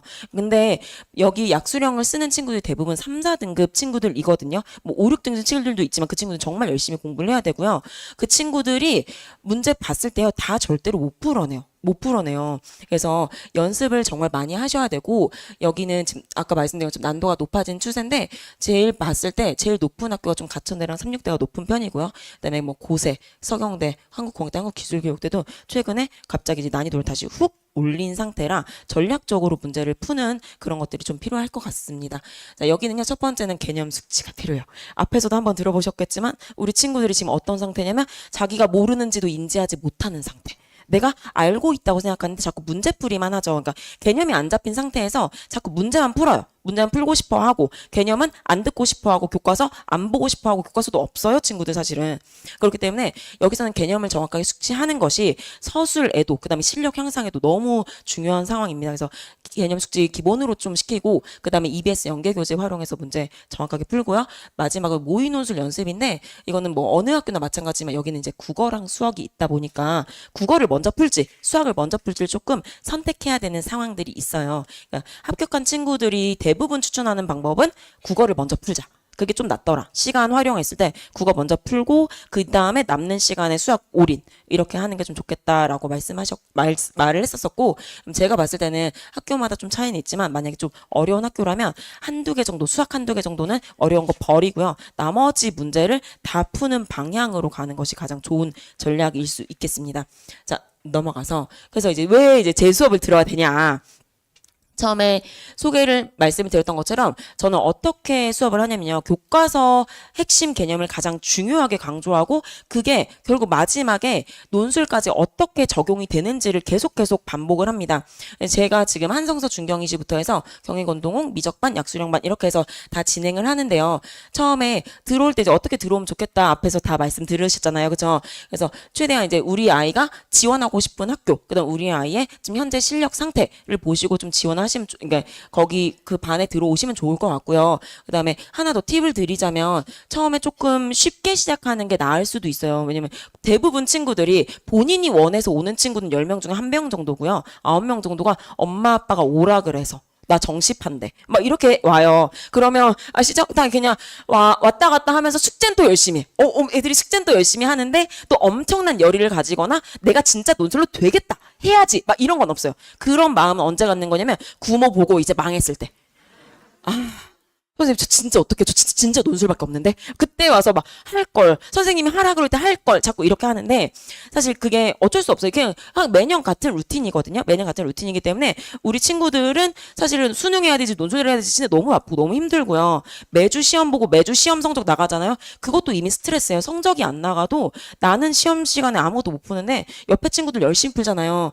정말 눈물밖에 안 나고 왜 제 친구들은 더 그런지 모르겠는데 그 합격수기 쓸 때 합격수기에 그 울었다는 말이 정말 많아요. 제 친구들은 너무 많이 울었다. 집에 가는 길에 계속 울었다. 눈물밖에 나지 않았다. 내가 정시할 건데 내가 여길 왜 있는지도 모르겠다. 의미를 모르겠다. 막 그치만 나중에 합격하니까 너무 좋았다. 막 4학년 잘했다. 역시 막 논술 정시는 잘 몰랐던 거다. 막 이렇게 하면서 하는 친구들이 꽤 많거든요. 근데 다 마찬가지예요. 뭐 울든 안 울든 스트레스 당연히 받거든요. 그러니까 어머님 아버님께 좀 당부드리고 싶은 거는 성적 문자 받으시고 제발 친구들 다그치지 마시고, 그죠?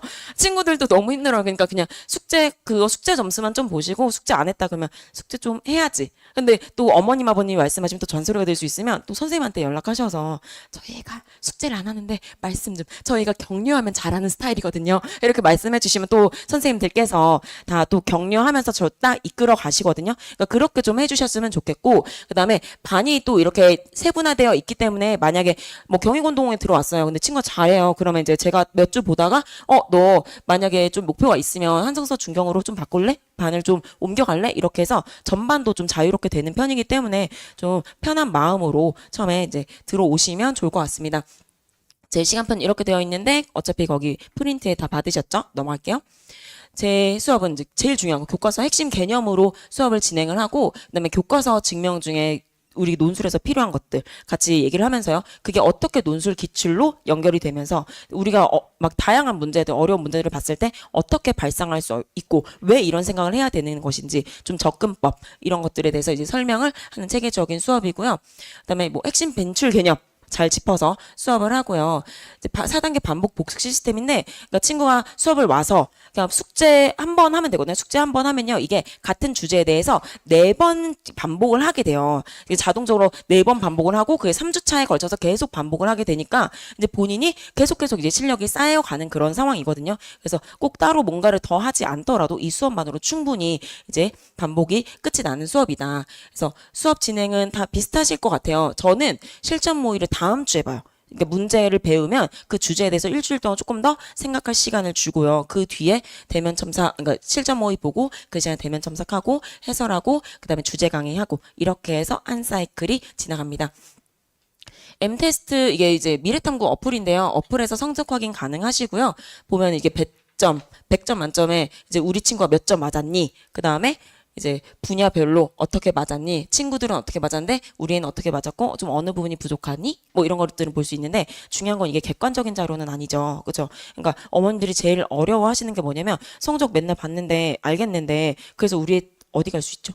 이렇게 물어보시잖아요. 그렇죠? 알 수가 없어요, 사실은. 그래서 정시 같은 경우는 객관적인 지표들이 조금 있는데 지금 논술은 우리 친구가 열심히 하고 있다. 반평균보다 좀 잘하고 있다. 뭐 이 정도는 알고 있지만 어디를 가야 되는지 정확하게 알기 좀 힘들어요. 그래서 항상 제가 어떻게 하냐면 매년 지원 전에 학생 개개인에 맞춰서 지원 상담을 하는데 작년 같은 경우에 제가 조금 학생들하고 해봤거든요. 근데 우리 친구들은 아무 생각이 없어요. 아무 생각이 없습니다. 그래서 매번 몇 번을 해도 별 생각이 없어요. 그래서 결국은 그냥 다시 어머님 아버님하고 제가 상담을 할 거고요. 상담 전에 이제 말씀을 드릴 거예요. 6개 대학을 정해 오세요라고 하면은 6개 대학을 적당히 정해 오시면 제가 보면서 이 학교는 이 친구한테 상향이다, 적정이다, 어떻다, 여기보다는 어디가 조금 더 잘 맞는 스타일이다. 이렇게 해서 이제 말씀을 드릴 거니까 가장 중요한 것은 사실 수능 최저를 정확하게 맞춰 와야 그래야지 쓸 수 있는 대학들이 좀 넓어요. 그리고 시험 날짜 보시면 아시겠지만 시험 날짜가 4일에 그냥 거의 몰빵이에요. 그죠? 수능 주에 토요일, 일요일, 수능 다음 주에 토요일, 일요일인데 그 4일에 거의 원하는 학교가 다 몰려 있어서 원하는 학교를 쓰고 싶으면요. 다른 것들은 그래도 준비가 되어 있는 상태여야 돼요. 수능 최저는 되어 있고, 그러니까 수능 최저도 걸려. 우리는 뭐 기하도 못해서 기하도 하면 안 돼. 그럼 미적만 봐야 돼. 그리고 뭐가 안 돼, 뭐가 안 돼 이러잖아요. 그러면 결국은 날짜별로 하나씩 고르는 거 말고는 할 수 있는 방법이 없어요. 그래서 그런 것들을 생각하면 그 최소한 수능 최저는 전략적으로 잘 맞춰야 되고, 그다음에 가능하면 미적기하 확통까지 준비를 해야, 이거는 친구들의 상황에 따라 다른 거지만 미적기하 확통까지 준비를 해야 조금 더 쓸 수 있는 풀이 넓어진다. 이렇게 말씀드리고 싶습니다. 제 연간 커리는 지금 이렇게 진행이 되고요. 현재는 기하 수업이 진행되는 상황이고 7월부터 9월까지 11주 특강, 수능 앞뒤로 대학별 특강이 진행이 됩니다. 지금 확통 특강이 있는데요. 이 확통 특강 보시면 이제 기말고사 때 하느라 어쩔 수 없이 이틀에 걸쳐서 좀 타이트하게 수업을 진행하고요. 이때 이제 5시간 보시면 5시간입니다. 5시간 동안에 이제 걸쳐서 얘기를 할 거고요. 기본 개념에다가 지금 자체 교재 보시면 교재 워크북이에요. 그래서 같이 수업 시간에 문제를 어떻게 접근하고 어떻게 풀 것인지 얘기하고 그다음 문제를 조금 줄 거예요. 그래서 친구들이 집에서 좀 풀어올 수 있도록. 그래서 만약에 확통이 안 돼 있다 우리 친구가 그러면 확통 특강 들으시고 그다음에 이때 이제 다른 특강들도 있고 그다음 만약에 이때 놓쳤다. 그럼 어떻게 하라고요? 그 7주차 전에는 꼭 완성이 돼서 와야지 수업을 들을 수 있다는 거 꼭 생각하셨으면 좋겠고요. 네, 우리 친구들 이제 얼마 안 남았잖아요. 그러니까 꼭 좋은 선택하셔서 좋은 입시 결과 있기를 바라겠습니다. 감사합니다.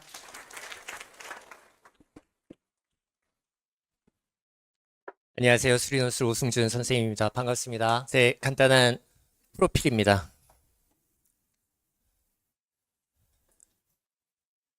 자, 이 표는 연고 한성서 중경이시 이렇게 한 페이지로 정리한 표입니다.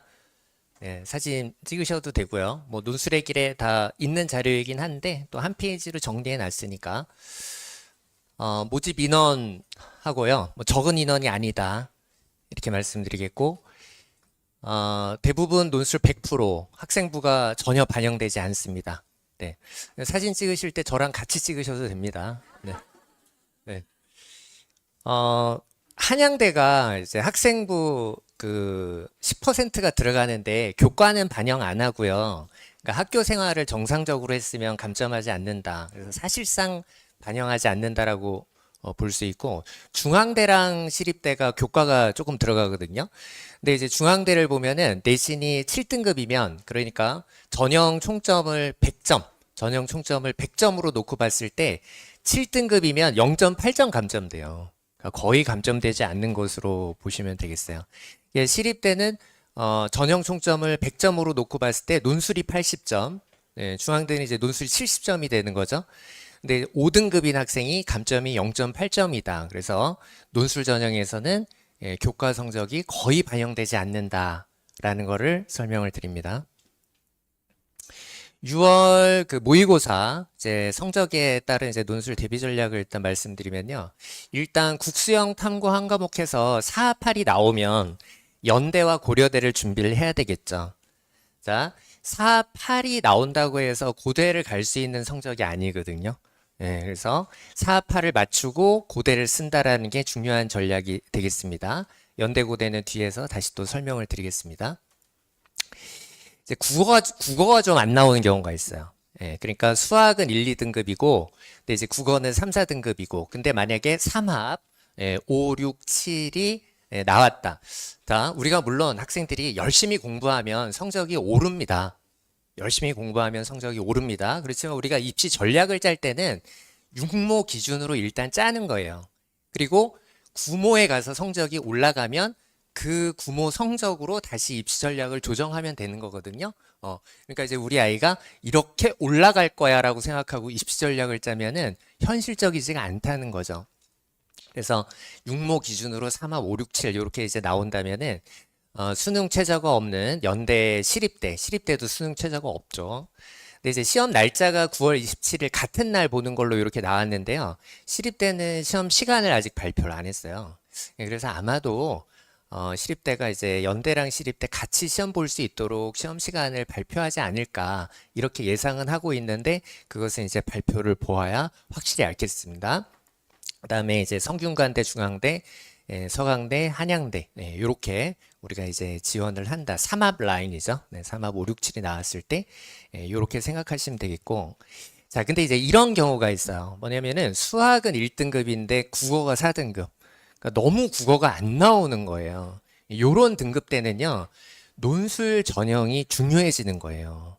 논술 전형이. 제가 절대 뭐 국어 등급이 안 오를 것이라는 얘기를 하는 건 아닌데 현실적으로 오르는 게 그게 쉽지가 않습니다. 그렇기 때문에 논술 전형을 비중 있게 가져가셔야 된다. 수학은 잘하는데 국어가 안 나오니까 제가 하나의 사례를 보여드릴게요. 네. 국어, 수학, 영어, 탐구입니다. 네. 511, 53이 나왔단 말이에요. 그러면은 이 학생이 수학은 잘하는 학생인데 국어가 그러니까 너무 안 나오는 거죠. 예. 그러면 정시로 갔을 때 가고 싶은 대학을 가기가 쉽지 않은 점수란 말이에요. 예, 근데 연대 첨단 컴퓨팅 학부 한양대 컴퓨터, 성균관대 소프트웨어 다 합격했습니다. 일반고 학생입니다. 네, 일반고 학생인데 이런 이제 성과를 거뒀는데 이 학생의 얘기를 좀 들어볼게요. 저는 다른 대치동의 고등학생들과는 다르게 모든 과목을 열심히 공부하고 잘하는 학생이 아니라 수학만 좀 잘하는 학생이었다. 이렇게 이제 자기를 소개하고 있어요. 여기 뭐 여러 가지 얘기가 있는데요. 자기는 뭐 노는 걸 너무 좋아했다. 뭐 이런 얘기도 있고 뭐 하여간 그래요. 내신으로는 대학을 갈 수 없는 성적이었고, 모의고사를 보면 수학, 영어를 제외한 과목은 처참한 성적을 기록해서 논술로 가야 되겠다고 생각을 했다는 거죠.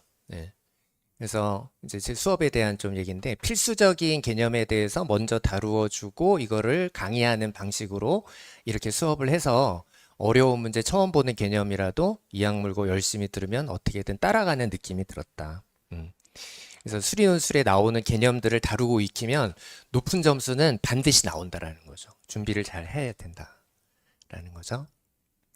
자, 그 다음에 이런 학생이 있어요. 뭐냐면은 국어가 1등급인데 수학이 3등급이에요. 수학을 오히려 못하는 케이스가 있어요. 근데 만약에 3합 6이 나왔다라고 가정을 했을 때 요렇게 이해를 하시면 좋을 것 같아요. 이 학생이 그 모의고사 점수로 갈 수 있는 대학을 요렇게 이제 찾아봤더니 요런 정도 대학을 갈 수 있는데 그 같은 그룹에서는 수학이 오히려 약한 거예요. 다른 걸 더 잘해서 그 정도 대학을 갈 수 있는 이런 성적이 나오는 그런 케이스 있잖아요. 요런 케이스의 학생들은 수리논술을 잘 못할 가능성이 많습니다. 수학이 더 약하니까. 물론 수학 그 수능 모의고사 성적하고 수리논술이 뭐 완벽하게 일치하는 건 아니에요. 그러니까 모의고사 성적은 좋은데 또 논술은 유난히 어려워하는 학생도 있고, 뭐 모의고사 성적은 좀 그런데 또 논술은 뭐 재밌다 그러면서 잘 푸는 학생도 있고, 그게 좀 완벽하게 일치하진 않지만 그래도 대체로 수학 등급이 낮고 수학이 자신이 없으면은 수리논술 좀 잘 못할 가능성이 많거든요. 그런 경우에는 제가 성균관대 언어형 논술을 추천을 드립니다. 자, 성균관대 언어형 논술은 자연 계열을 인문 논술 보고 그 시험을 볼 수 있거든요. 그쪽을 잘 연구해 보셔라 말씀드리고요. 그 다음에 이제 수학이 2등급. 근데 2합 5나 3합 8이 나온다. 그래서 등급이 뭐 4, 2, 3, 4, 3, 2, 3, 4 요런 느낌이 나왔을 때 우리가 경희, 건동홍, 숙숭세 요렇게 이제 지원 대학을 고민하게 됩니다. 자, 근데 이제 여기서 요거 이제 짝대기를 그어놨는데요.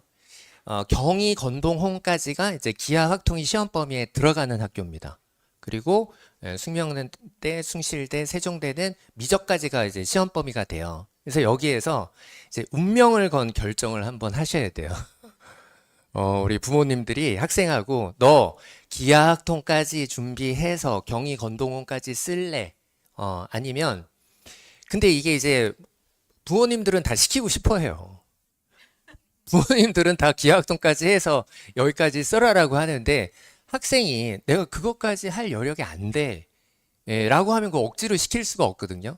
그렇게 되면은 이제 미적 라인, 미적이 시험 범위인 학교를 이렇게 지원을 하고 준비를 해야 된다라는 거죠. 그래서 이걸 일단 정해야 돼요. 기하학통까지 할 거냐, 미적분까지 시험 범위인 대학을 지원할 거냐. 자, 앞에서도 많은 분들 말씀하셨지만 여기까지는 미적 기하학통이 다 시험 범위에 들어가거든요.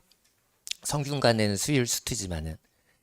그래서 제가 1월에도 말씀드리고 3월에도 말씀드리고 5월에도 말씀드리고 기하학통을 해야 된다고 제가 제발 지금 이 시점에 기하학통을 해둬야 나중에 뭔가를 해볼 수 있다고 말씀을 드리는데 어쨌든 또 그 대비가 안 된 상태로 이렇게 지금까지 온 경우가 너무 많아서 좀 안타깝게 생각하고 있습니다. 자, 그 다음에 이제 수학이 3, 4등급, 그리고 이제 국수영탐 한 과목 했을 때 합이 12에서 14, 뭐 요런 정도 등급. 이렇게 되면요. 최저가 없는 대학을 잘 노려봐야 된다. 인하대, 아주대, 서울과기대, 당국대, 광운대, 가톨릭대, 서울여대, 2합 6, 항공대, 중앙대, 안성, 뭐 국민대, 고대, 세종, 요 이제 약수령이죠. 덕성, 동덕, 성신, 가천, 삼육, 외대, 홍익대, 세종 이렇게 생각을 하게 되고요. 그 다음에 만약에 4합 15 이하다. 사실은 제가 5, 4, 3, 5 이렇게 이제 써놨는데요. 요거보다 훨씬 낮은 등급도 많거든요. 예, 그런 학생들 약수령 잘 준비해 볼 필요가 있습니다. 그래서 요 대학들은 또 최저가 없어요. 예, 한계 3등급 가천대, 삼육대, 예, 한계 4등급 홍익대, 세종. 그래서 요쪽 라인에서는 약수령 논술을 잘 준비하시라고 제가 추천드립니다. 네. 자, 일단 이제 몇 가지 이슈 체크해 볼 건데요. 지금 이제 우리 아이들이 사탐을 또 많이 선택을 하고 있잖아요. 근데 이제 과탐 필수 응시 대학이 있습니다. 그러니까 사탐을 선택하면 이제 쓸 수 없는 대학들, 네, 이 있는데요. 요 대학들은 과탐 2과목을 반드시 응시해야 됩니다. 네, 뭐 사진 찍어 두시고 여기에 이제 뭐 다행히 그 지금 고민하고 있는 학교가 없으면 상관이 없는데 예, 요 대학들은 과탐 2과목을 봐야 돼요. 수능에서. 예, 그거 참고하시기 바라고요. 요 대학들은요. 과탐 2과목이 수능 최저에 반영이 되는 대학들입니다. 네. 가천대 의예, 단국대 의예, 치예 이렇게 되거든요. 근데 이제 여기서 이제 조금 헷갈리는 부분이 뭐냐면은 아니 선생님 과탐 2과목이 반영되는 대학은 뭐고 과탐 2과목을 꼭 봐야 되는 대학은 뭐냐. 예, 요게 이제 되게 조금 어려운 부분인데요. 뭐냐면은요. 가천대 의예는 국어, 수학, 영어, 과탐 이제 2개 평균해서 3합 3을 요구합니다. 3합 3. 3합 3이죠. 그러면 국어, 수학, 영어로 3합 3이 되면 사탐을 봐도 상관없다는 거예요. 이해되시나요? 네, 아주 이게 미묘한 부분입니다. 과탐이 최저에 들어가지만 딴 과목으로 3합 3을 맞춰도 된다. 그러니까 과탐 2과목을 꼭 봐야 되는 건 아니다라는 거예요. 자, 그러면 요건 뭐예요? 과탐을 포함해서 안 맞추더라도 수능 최저를 그 과탐을 제외하고 맞추더라도 과탐 2과목을 봐야 된다는 대학들입니다. 이제 구별하실 수 있죠. 네. 자, 그다음에 요 대학들은 이제 과탐 1과목이 반영되는 대학들입니다. 네. 넘어가겠습니다. 네. 자, 그다음에 이제 수학 선택을 어떻게 할 거냐. 확률 통계 선택을 고민하는 학생들이 있죠. 요 대학들은요. 미적 기하를 선택해야 지원할 수 있는 대학들입니다. 제가 하나하나 설명은 안 드리겠습니다. 확통을 선택하면 요 대학들은 쓸 수 없습니다. 네. 그러면 요 대학들을 빼고는 상관없다. 미적 기하 확통 다 상관없고 사탐 선택 상관없다. 이렇게 정리할 수 있습니다. 자, 그다음에 이제 연대 논술 이슈를 좀 체크할 텐데요. 연대는 충원율이라는 거는 추가 합격 비율인데요. 추가 합격 비율이 굉장히 높은 전형입니다. 네, 이렇게 되는데요. 연대 논술에서 추가 합격 비율이 왜 이렇게 높을까요? 자, 네. 자, 요걸 이제 잘 이해를 하셔야 돼요. 요걸 이제 잘 이해하셔야 되는데, 여기서 이제 그 돌발 퀴즈를 하나 내도록 하겠습니다. 근데 제가 이거 퀴즈를 내고 맞춰도 아무것도 없다 보니까 좀 섭섭해 하시는 것 같아서 제가 오늘 스타벅스 쿠폰을 준비를 했습니다. 자, 눈빛이 바뀌시네요. 요거 맞추시면 이제 쿠폰을 증정드립니다. 네. 연대 논술은요. 왜 이렇게 열심히 들으세요? 연대 논술은 그 수능 최저가 없습니다. 네, 수능 최저가 없고 수리 논술을 잘 보면 그냥 합격할 수 있어요. 그러면 제일 유리한 학생들이 누굴까요? 영과고 학생들이, 요건 퀴즈가 아닙니다.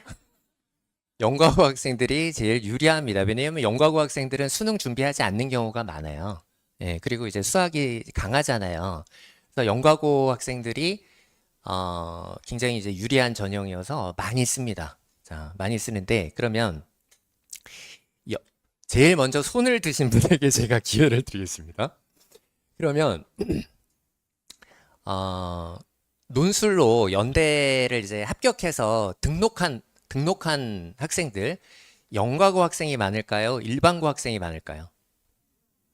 이제 손을 안 드셨기 때문에 저기 죄송합니다. 이제 연습해 보시겠습니다. 아이 이름을 이렇게 힘차게 외치시면 됩니다. 손을 드실 때. 자, 이게요. 영과고 학생들이 훨씬 많이 합격하는데요.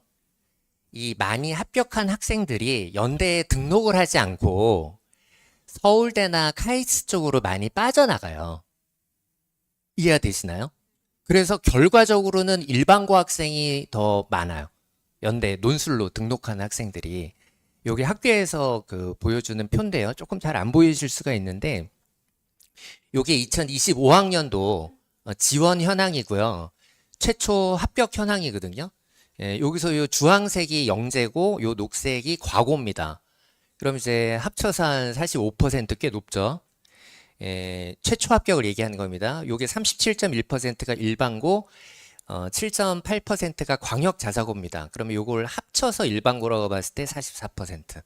예, 요렇게 되는데 등록한 인원을 볼게요. 등록한 인원을 보니까 영재고 학생들은 13.9%, 네, 과고 학생들은 10.2%, 네, 그다음에 일반고 학생은 54%, 광역 자사고는 9.7%. 여기서 비율이 더 높죠. 네. 그래서 제가 이거를 학교에서 이렇게 표를 발표를 했거든요. 그래서 제가 지원자가 몇 명이고 최초 합격한 학생이 몇 명이고 등록한 학생이 몇 명이고 이거를 이제 다 비율을 곱해가지고 다 산수를 해서 제가 요거 이제 보여드릴게요. 자, 요걸 보면요. 논술 총 등록자는 332명. 요건 이제 추정치입니다. 제가 비율을 곱해가지고 계산을 한 것이기 때문에 총 등록자 수는 332명이었고 일반고 등록자 수는 211명이었다. 이 정도의 일반고 비중이 있다는 거죠. 이해되시죠? 요거 제가 다 곱셈 해가지고 만든 표인데 잘했나요? 네. 자, 그래서 조금 더 칭찬도 해주시고 그래야 제가 더 힘을 내서 열심히 설명하겠습니다. 네. 영재고 등록자 수는 46명, 과학고 등록자 수는 34명이었으니까 연대 논술 전형이 상당히 일반고 중심의 전형이라는 걸 알 수 있어요. 비중이 그렇잖아요. 예. 그러니까 이제 어디 가셔서 이제 그 친구분들하고 얘기할 때 연대 논술은 다 영과고 애들만 붙는데 그러면 뭐라고 하시면 돼요? 너 잘못 알고 있어. 설명을 해주시면 돼요. 실제로는 일반고 학생이 더 많다. 등록한 학생들. 자, 그러면 영과고 어머님들 이제 계실 텐데 요걸 보여드릴게요. 영재고는요. 460명이 지원을 해서 248명이 합격했어요. 네, 엄청 많이 합격하죠. 수학을 잘하거든요. 합격률은 54%, 등록은 46명하고 다른 학생들은 서울대나 카이스트로 갔다는 거예요. 이해되시죠? 합격률이 이제 54%면 굉장히 높은 거긴 한데 그래도 잘 준비해야 된다. 그러니까 이 표를 보면 이제 일반고 어머님들은 영재고 아이들은 막 거의 다 붙네 이러시면은 영재고 어머님들은 큰일 났네 이렇게 생각하십니다. 다 붙는 게 아니잖아요. 네, 잘 준비를 해야 된다는 거고요. 과학고의 경우에 512명 지원해서 합격은 97명, 그 등록은 34명, 합격률은 그러니까 영재고가 아닌 과학고를 말씀드리는 거예요. 여기 한 19% 정도 합격률을 보이고 있다. 잘 준비해야 된다라는 거 제가 말씀드리고요. 자, 요 표는 뭐냐면은요. 자, 연대 그 지원 현황을 제가 말씀을 드리는 거예요. 자, 수학과는 모집 인원이 7명이었어요. 예, 근데 지원 인원이 303명이었어요. 그러면은 경쟁률이 한 43대 1 이렇게 되거든요. 자, 근데 이제 추합이 14명이 됐어요. 추합이 14명이 됐어요. 자, 그러면 제가 여기 실질 경쟁률을 이제 구해놨는데 실질 경쟁률은 이렇게 생각해야 되겠죠. 303명 중 21등까지 합격했다. 그렇잖아요. 추가 합격 14명이 됐으니까. 그러면 이 실질 경쟁률은 21과 303의 비율로 실질 경쟁률을 계산해야 될 거 아니에요.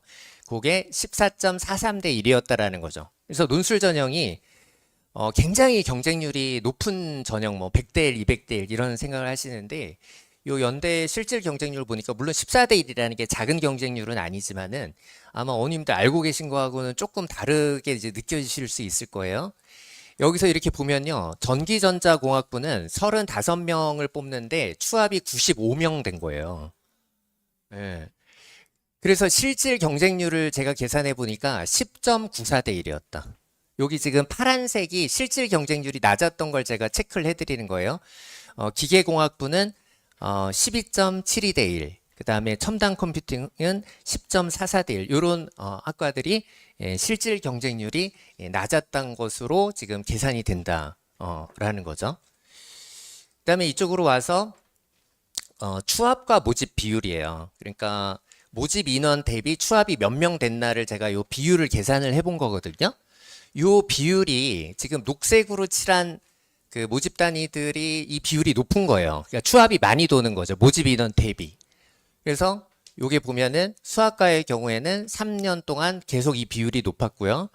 전기전자공학부도 3년 동안 이 비율이 높았고, 생명공학은 높다가 조금 낮아졌어요. 자, 그 다음에 첨단 컴퓨팅은 계속 높았어요. 요 비율이. 한 뭐 2.6대 1, 2.54대 1, 2.9대 1, 2.9 그 비율이 그렇게 나왔단 말이에요. 그럼 제가 여기에서 제가 퀴즈를 드리는 거예요.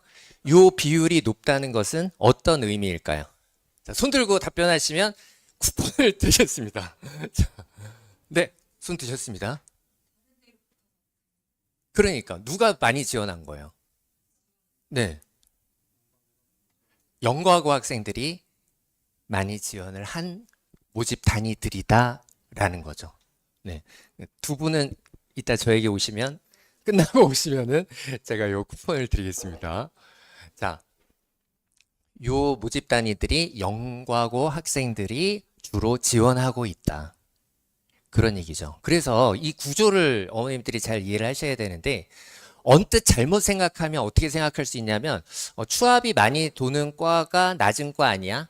그런 데를 써야 합격 가능성이 높아지지 않나? 이런 생각을 하는데 실제로 이 구조를 잘 생각해 보면 이 추합이 많이 도는 요 과들은 어떤 과들이다? 높은 과들이다.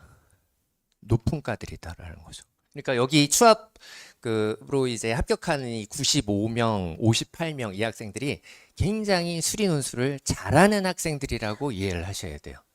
그래서 물론 일반고 학생들도 수리 논술을 잘하면 같이 쓰면 돼요. 절대 안 된다는 게 아니에요. 근데 이렇게 생각하면 안 된다는 거죠. 그러니까 수리 논술 좀 잘 못하는 학생인데 이게 추합이 많이 도니까 여기를 쓰면 좀 어떤 희망이 있지 않을까? 그런 구조는 아니다라는 걸 제가 말씀을 드리는 거고, 학생의 논술 실력을 좀 잘 평가를 해서 뭐 이런 이제 좀 높은 과들을 쓰든지 아니면 조금 낮은 과들을 원서를 써야 될지 그런 거를 신중하게 학생의 논술 실력을 잘 평가해서 정해야 된다. 연대를 쓴다라고 했을 때 그 말씀을 드리는 겁니다. 자, 고대 논술 이슈 체크해 볼게요. 자, 요거 퀴즈를 내기 전에 제가 넘겼네요. 자, 그 고대 논술이요. 네. 요게 이제 경쟁률이 64.88대 1이었어요. 64.88대 1.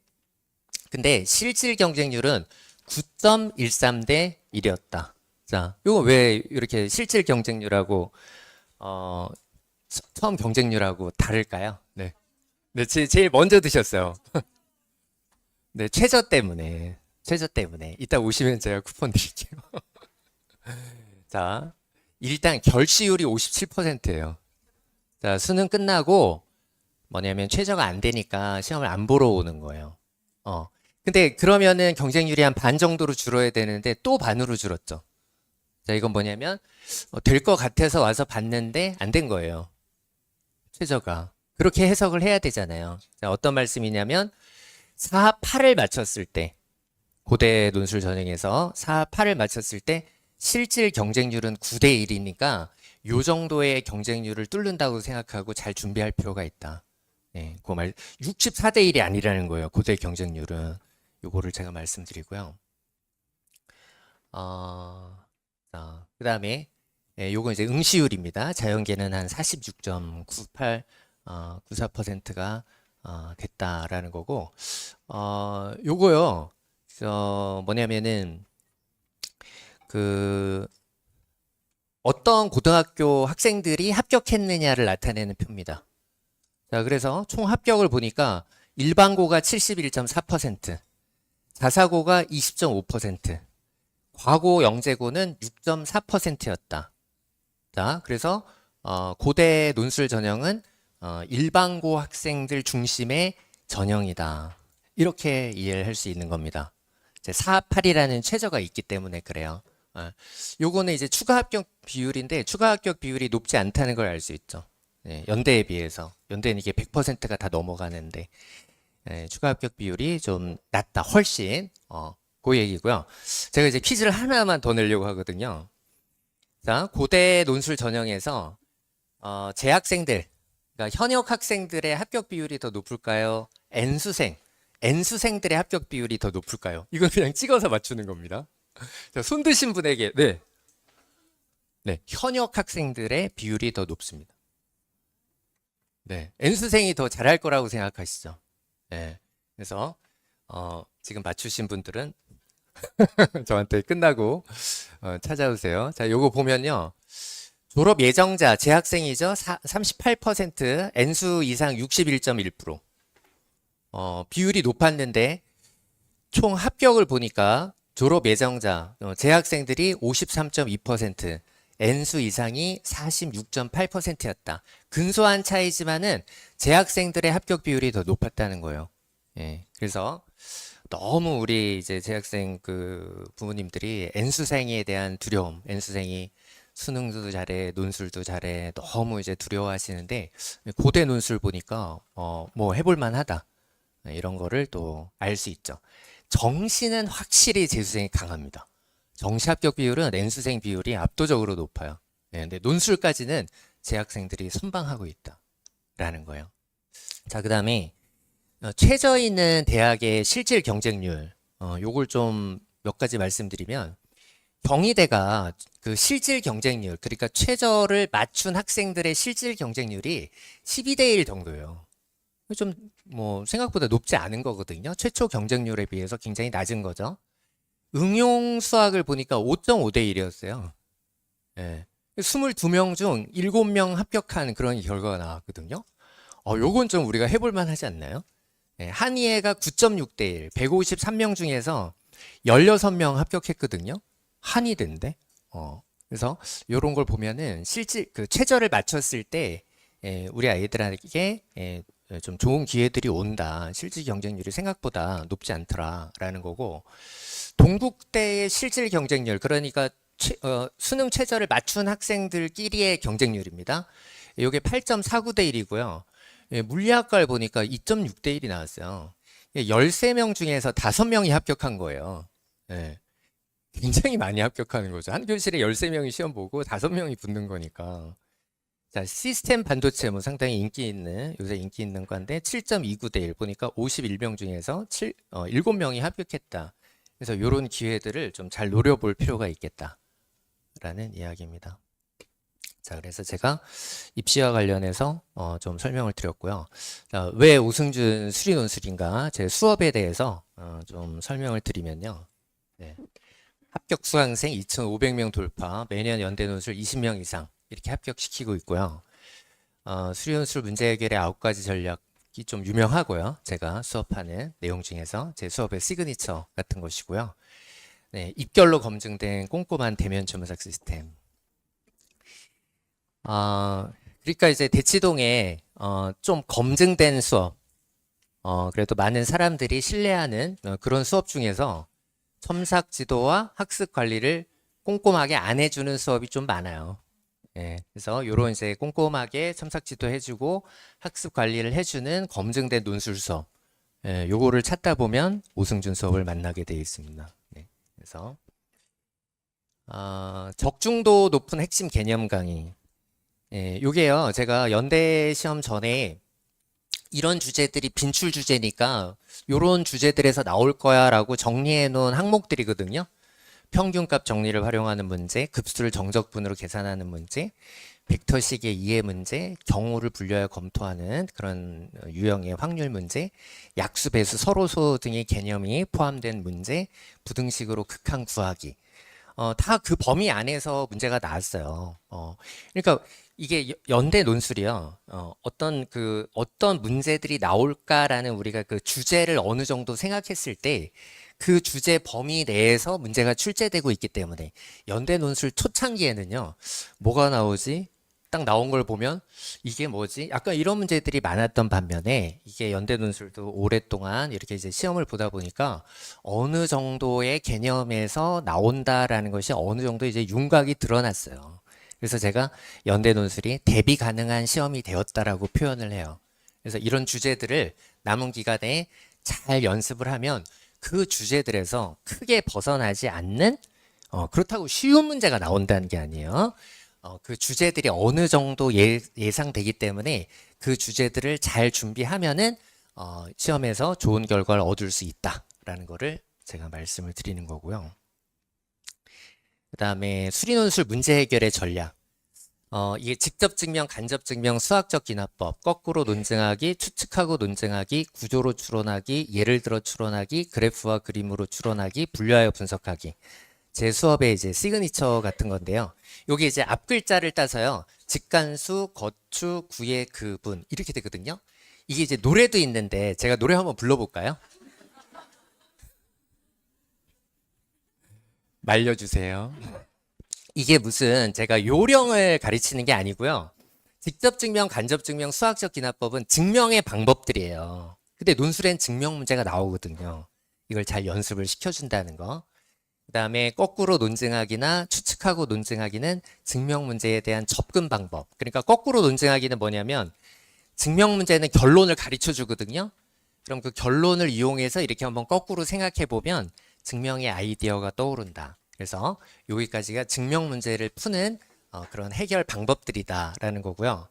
구조로 추론하기. 논술에는 이런 문제가 많이 나와요. 1번을 이용해서 2번을 풀고 1, 2번을 이용해서 3번을 풀고. 네. 그런 걸 잘 연습을 시켜준다라는 거고요. 예를 들어 추론하기. 너무 추상적인 문제를 봤을 때는 조금 예를 들어보는 게 규칙을 찾고 문제 풀이의 방법을 찾는 데 도움이 되거든요. 이런 거 잘 연습시켜야 되고요. 그래프와 그림으로 어떤 주어진 상황을 해석했을 때 문제가 풀려나간다. 분류하여 분석하기. 이 분류하여 분석하기는 이런 거예요.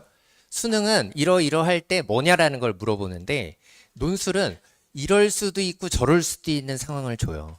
그럼 우리가 문제를 풀 때 이럴 땐 어떻게 되고 저럴 땐 어떻게 된다. 이렇게 풀어나가야 되거든요. 이게 분류하여 분석하기인데요. 연대 논술에서는 분류하여 분석하기 문제가 반드시 나옵니다. 네, 이게 2012년도부터 지금까지 항상 나왔어요. 그러니까 연대 논술의 시그니처다. 아이들 잘 연습을 시켜줘야 된다는 거고요. 그럼 뭐 연대 논술만 나오냐? 그건 아니고 모든 대학 많이 나오는데 차이는 뭐다? 연대 논술은 매년 나온다. 다른 대학은 매년 나오진 않아도 많이 나온다. 작년에 성균관대 문제를 보니까 이 분류하여 분석하기 문제가 굉장히 많이 나왔어요. 잘 준비를 시켜줘야 됩니다. 자, 그래서 그 수리논술 문제 해결의 전략이 이렇게 연대 문제를 푸는데도 적용이 되는 그런 문제들이 나왔다라는 걸 제가 표로 정리한 내용이고요. 가령 뭐 구조로 추론하기, 연대 4, 5, 6번 문제, 예를 들어 추론하기, 연대 3번 문제, 그래프와 그림으로 추론하기 4번 문제, 분류하여 분석하기 6번 문제 이렇게 나왔거든요. 그래서 이런 거를 아이들 집중적으로 연습을 시켜줘야 된다. 입결로 검증된 이제 꼼꼼한 대면 첨삭 시스템. 자, 근데 이게 제가 이런 질문을 드리고 싶어요. 그 대면 첨삭이 필요할까요? 어떻게 생각하세요?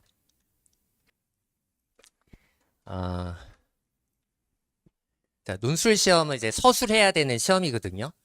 그래서 학생들은요, 끊임없이 어떻게 서술해야 될지 고민하고 물어봅니다. 이걸 해결해 줘야 될 거 아니에요. 논술 답안 작성하는 방법을 1대1로 잘 지도를 해줘야 됩니다.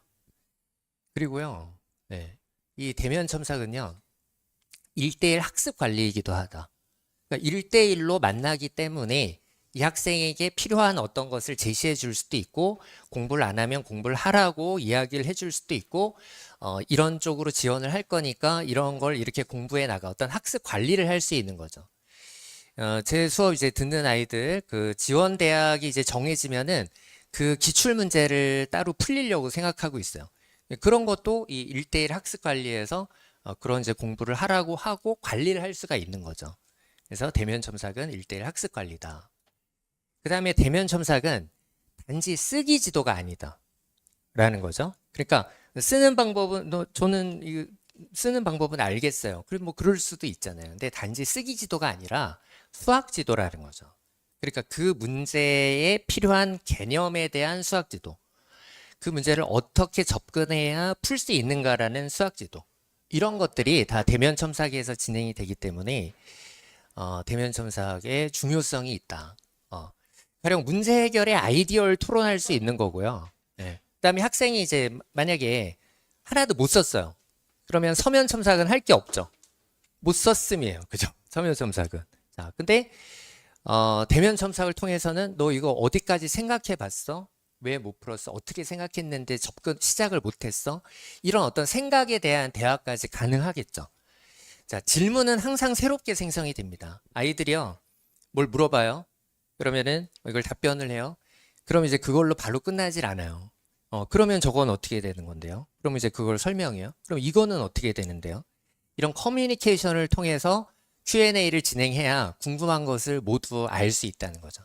저는 진짜 안타까워요. 그러니까 이런 어떤 과정을 통해서 아이들이 많은 것을 얻어가고 공부를 할 수 있는데 이런 대면 첨삭을 안 해주는 그런 어떤 수업이라는 것은 사실은 학생들의 실력을 향상시키는 수업이 되게 어렵다라는 거죠. 근데 이제 대면 첨삭이 이제 뭐 불필요하다라고 이야기하는 선생님들이 계시다고 제가 들었어요. 굉장히 제가 좀 안타까운데 대면 첨삭이 불필요하다라는 것은 대형 강의를 합리화하기 위한 억지 논리에 불과하다. 제 아이를 논술을 시킨다. 대면 첨삭이 있는 수업을 선택할 겁니다. 저는 이게 굉장히 당연한 거라고 생각해요. 자, 대면 첨삭을 안 해주면요. 답안 수술의 방향 지도가 부실해지고요. 개인 질문 해결이 뭔가 부족하게 돼요. 1대1 학습 점검 관리를 받지 못하고요. 학원은 다니지만 실력이 안 늘어요. 제가 분명히 말씀드릴 수 있습니다. 그래서 논술 수업을 선택할 때 가장 먼저 고려해야 할 것은 대면 첨삭을 해주는 수업을 선택하셔라. 근데 이제 제 수업을 들으려는 학생들과 학부모님들도 인원이 좀 많거든요. 제가 지금 한반 정원을 60명으로 이렇게 안내를 하고 있는데 그 정원은 예년에 그런 정도는 꾸준히 제 수업을 듣고 싶어서 다 신청을 하셨기 때문에 그런 정도 인원으로 제가 정원을 안내를 드린 거예요. 근데 이제 이렇게 되면은 제가 다 1대1 첨삭을 다 해주기는 어렵잖아요. 학생들의 이제 숫자가 있으니까.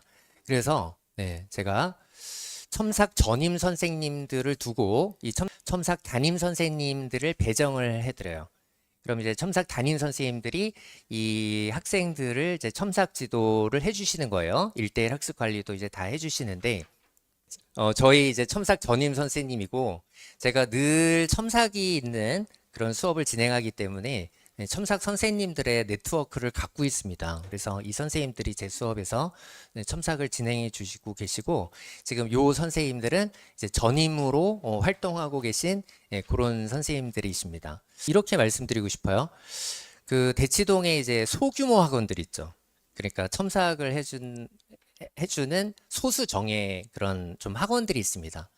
그 학원들에 충분히 강사로 활동하실 수 있는 선생님들을 제 수업에서 대면 첨삭 전임 강사로 제가 모시고 이렇게 수업을 진행을 하고 있는 겁니다. 그래서 우리 학생들이 이 선생님들 첨삭을 받았을 때 굉장히 만족하고 지금 수년간 많은 합격생을 배출하면서 이렇게 저와 함께 수업을 진행하고 있기 때문에 믿으셔도 된다라는 말씀 드리고요. 요거 이제 연세대 신소재공학과 합격한 학생 사례인데요. 31233. 요 학생이 이제 그 첨삭에 대해서 좀 얘기한 걸 제가 소개해 드리는 건데요. 첨삭 선생님이 1대1로 이제 알려주시는데 내가 맞춤 문제도 제대로 풀었는지, 그러니까 답은 나왔는데 중간에 오류가 있을 수도 있잖아요. 그래서 풀이에 오류는 없는지 혼자서는 확신을 가지기 힘든데 맞는 건 맞다, 틀린 건 틀리다 정확하게 가르쳐 주신다는 거죠. 그래서 논술이 또 시간 제한이 있습니다. 그래서 시간 배분을 잘해야 되는데 서술에 너무 오래 걸린 문제는 어느 정도까지 쓰면 괜찮은지 그런 질문에 대한 답도 들을 수 있어서 너무나 도움이 되었다라는 이야기입니다. 자, 여기 이제 합격한 학생이 이야기한 건데요. 수업에서 이제 좋았던 것은 각각의 문제를 그냥 푸는 게 아니라 9가지 전략을 기준으로 문제를 나누고 각 전략에 맞추어 풀이 방법으로 풀면 문제를 풀 수 있다는 것을 알려준다는 것이다. 첨삭 선생님들께서 1대1 대면 첨삭을 통해서 맞은 문제도 어떻게 푸는 게 더 좋은지 조언해 주시고 틀린 문제들은 어떤 전략으로 풀어야 하는지 알려주면서 어떤 공부를 더 해야 하고 어느 부분이 강점인지 분석해 주어서 저의 공부를 도와주신 것이 좋았다. 자, 서강대 컴공 합격한 학생입니다. 3위 이렇게 이제 나왔었는데요. 대면 첨삭이 정말 좋고 중요하다고 생각한다. 이 학생이 이제 굉장히 멀리에서 왔던 학생인데 예, 대면 첨삭을 해주는 학원을 찾아서 온 거예요. 얼마나 똑똑해요. 예. 이게 조금만 생각해 보면 대면 첨삭 지도를 해주는 학원에 내가 다니는 게 나한테 더 도움이 되겠다. 충분히 판단할 수 있잖아요. 그래서 이 학생이 이제 합격 수기를 이렇게 남겼어요. 이제 매주 시행되는 모의 논술을 풀고 그 시간에 저번 시간에 본 모의 논술과 과제를 대면 첨삭을 해주시는데 내가 생각하지 못한 아이디어도 알려주고 서술 과정에서 무엇이 잘못되었는지 잘 설명해 주시고 또 선생님한테 질문을 하면서 논술 실력을 기르는데 정말 중요한 과정이었고 좋았다. 네, 이런 이제 평가드립니다. 이제 어머님들이 또 입결 궁금해 하시더라고요. 그래서 좀 입결이 어떤가 이렇게 이제 물어보셔서요. 오늘 이제 네 선생님이 설명을 하셨잖아요. 근데 이 네 선생님이 같이 팀을 이루어서 수업을 하고 있거든요. 왜 팀을 이루어서 수업을 하냐면요. 대학들이 너무 다양해요. 대학들이 너무 다양하고 학생들도 저마다의 상황이 너무 다양한 거예요. 그러면 이 다양한 대학, 다양한 학생들을 위한 다양한 프로그램이 필요하겠죠. 요 필요한 프로그램들을 이렇게 쭉 만들어 나가려면 이렇게 이제 같이 팀으로 이 선생님들이 같이 활동하시는 게 필요하다라고 제가 판단을 해서 이렇게 이제 팀으로 저희가 늘 같이 회의하면서 수업 프로그램을 만들고 수업을 진행을 하고 있습니다. 그러니까 이런 거거든요. 제 수업을 이 10월 달에 되면은 다 각 대학별 파이널, 각 대학별 강좌들이 쫙 열려요. 예, 학교별로 다 강의가 열리거든요. 그렇기 때문에 제 수업을 듣다가 박진아, 김진, 도성원 선생님의 특강이나 그런 파이널 수업 이런 거를 선택해서도 많이 들으시고요. 또 정규반에서 이 선생님들 제 수업을 듣다가 또 어떤 대학의 파이널 수업은 제 수업을 또 많이 듣기도 해요. 그래서 어느 선생님의 이제 수업을 듣든 간에 이 선생님들의 수업을 결국은 서로 이렇게 다양한 수업들에 참여하게 되어 있는 그런 연간 커리큘럼 구조예요. 그래서 제가 이렇게 이제 팀을 이루어서 수업을 하고 있고, 작년에 350명 이상 논술로 합격시켰습니다. 연세대 30명, 고려대 12명 등등 이렇게 이제 입시 결과를 소개해 드립니다. 자, 꼼꼼한 학습 관리, 매주 이제 모의 논술 성적 피드백 드리고요. 복습 영상 제공하고요. 카톡 채널 논술인강 검색하셔서 언제든지 질문 올리실 수 있어요. 유튜브 논술로 가는 길에서 학습 영상 제공하고 있고요. 논술인강 사이트를 제가 만들었는데 여기에서 이제 필요한 추가 학습, 가령 뭐 기하 특강, 확동 특강 이런 이제 온라인 수업들 논술인강 사이트에서 제공할 수 있습니다. 누적 데이터와 수리논술 진단고사에 기초한 원서 상담. 지금 제가 이제 한반 정원을 60명으로 해서 5반 이렇게 진행하고요. 요거 매년 마감되거든요. 그래서 제가 여기 그 마감 주의 이렇게 이제 표현을 했는데요. 작년에는 인원 제한을 안 뒀어요. 근데 이거를 원서 상담을 이제 올해 제가 직접 하려고 하거든요. 제가 직접 하려고 생각하고 보니까 인원 제한이 있어야 되겠다. 예, 그래서 이렇게 인원을 제한해서 모집을 하고 있고요. 이렇게 모집해서 제가 원서 상담 다 학부모님들과 진행할 계획으로 있습니다. 자, Y반하고 이제 S반 제가 2반을 하는데요. 자, Y반은 연세대 집중 대비반, S반은 연구한 성서 중경 20반이에요. 요 Y반은 이제 연과고 학생들 Y반 수강 제가 추천드리고요. 그래서 연과고 학생들과 좀 상위권 일반고 학생들이 수업을 듣는 그런 성격의 반으로 이해를 하시면 되겠습니다. 그래서 우리 아이가 이런 경우가 있거든요. 내가 연세대 말고는 좀 별로 생각이 없다. 뭐 그런 경우에 그러니까 상위권 학생들이겠죠. 상위권 학생들은 내가 연세대만 써볼 거야 이렇게 생각하는 학생들 있거든요. 이제 그런 학생들 추천드리는 이제 반이고 내가 뭐 연고, 한, 성 이렇게 쓰긴 쓸 건데 좀 연대 대비를 집중적으로 좀 하고 싶다. 그런 학생들도 Y반 수업을 제가 추천을 드리고 내가 연대 고대도 쓸 생각이 있는데 연고, 한성서, 중기형, 이시 좀 골고루 이렇게 좀 대비를 하고 싶다. 그런 학생들은 S반을 추천을 드립니다. 기하 기초 개념 특강을 제가 지난주에 강의를 시작을 했는데 요번 주에 벡터, 그 다음 주에 공간 도형 이렇게 2번 남았거든요. 그래서 기하 아직 공부 못한 학생들 요 특강도 잘 활용하면 좋을 것 같고요. 아까 김지은 선생님 말씀하셨지만은 이제 8월 정도에 기하 학통 이제 실전 특강에서 진도 나가기 시작하기 전에는 어떤 형태로든지 기하 학통의 그 기본 개념은 특강을 통해서든 뭐 어떤 방법을 통해서든 공부를 해서 이 실전 특강 프로그램에 따라오셔야 된다라는 거 저도 다시 한번 강조드리도록 하겠습니다. 제 설명은 여기까지입니다. 어머님들 고생하셨습니다. 네, 마치겠습니다.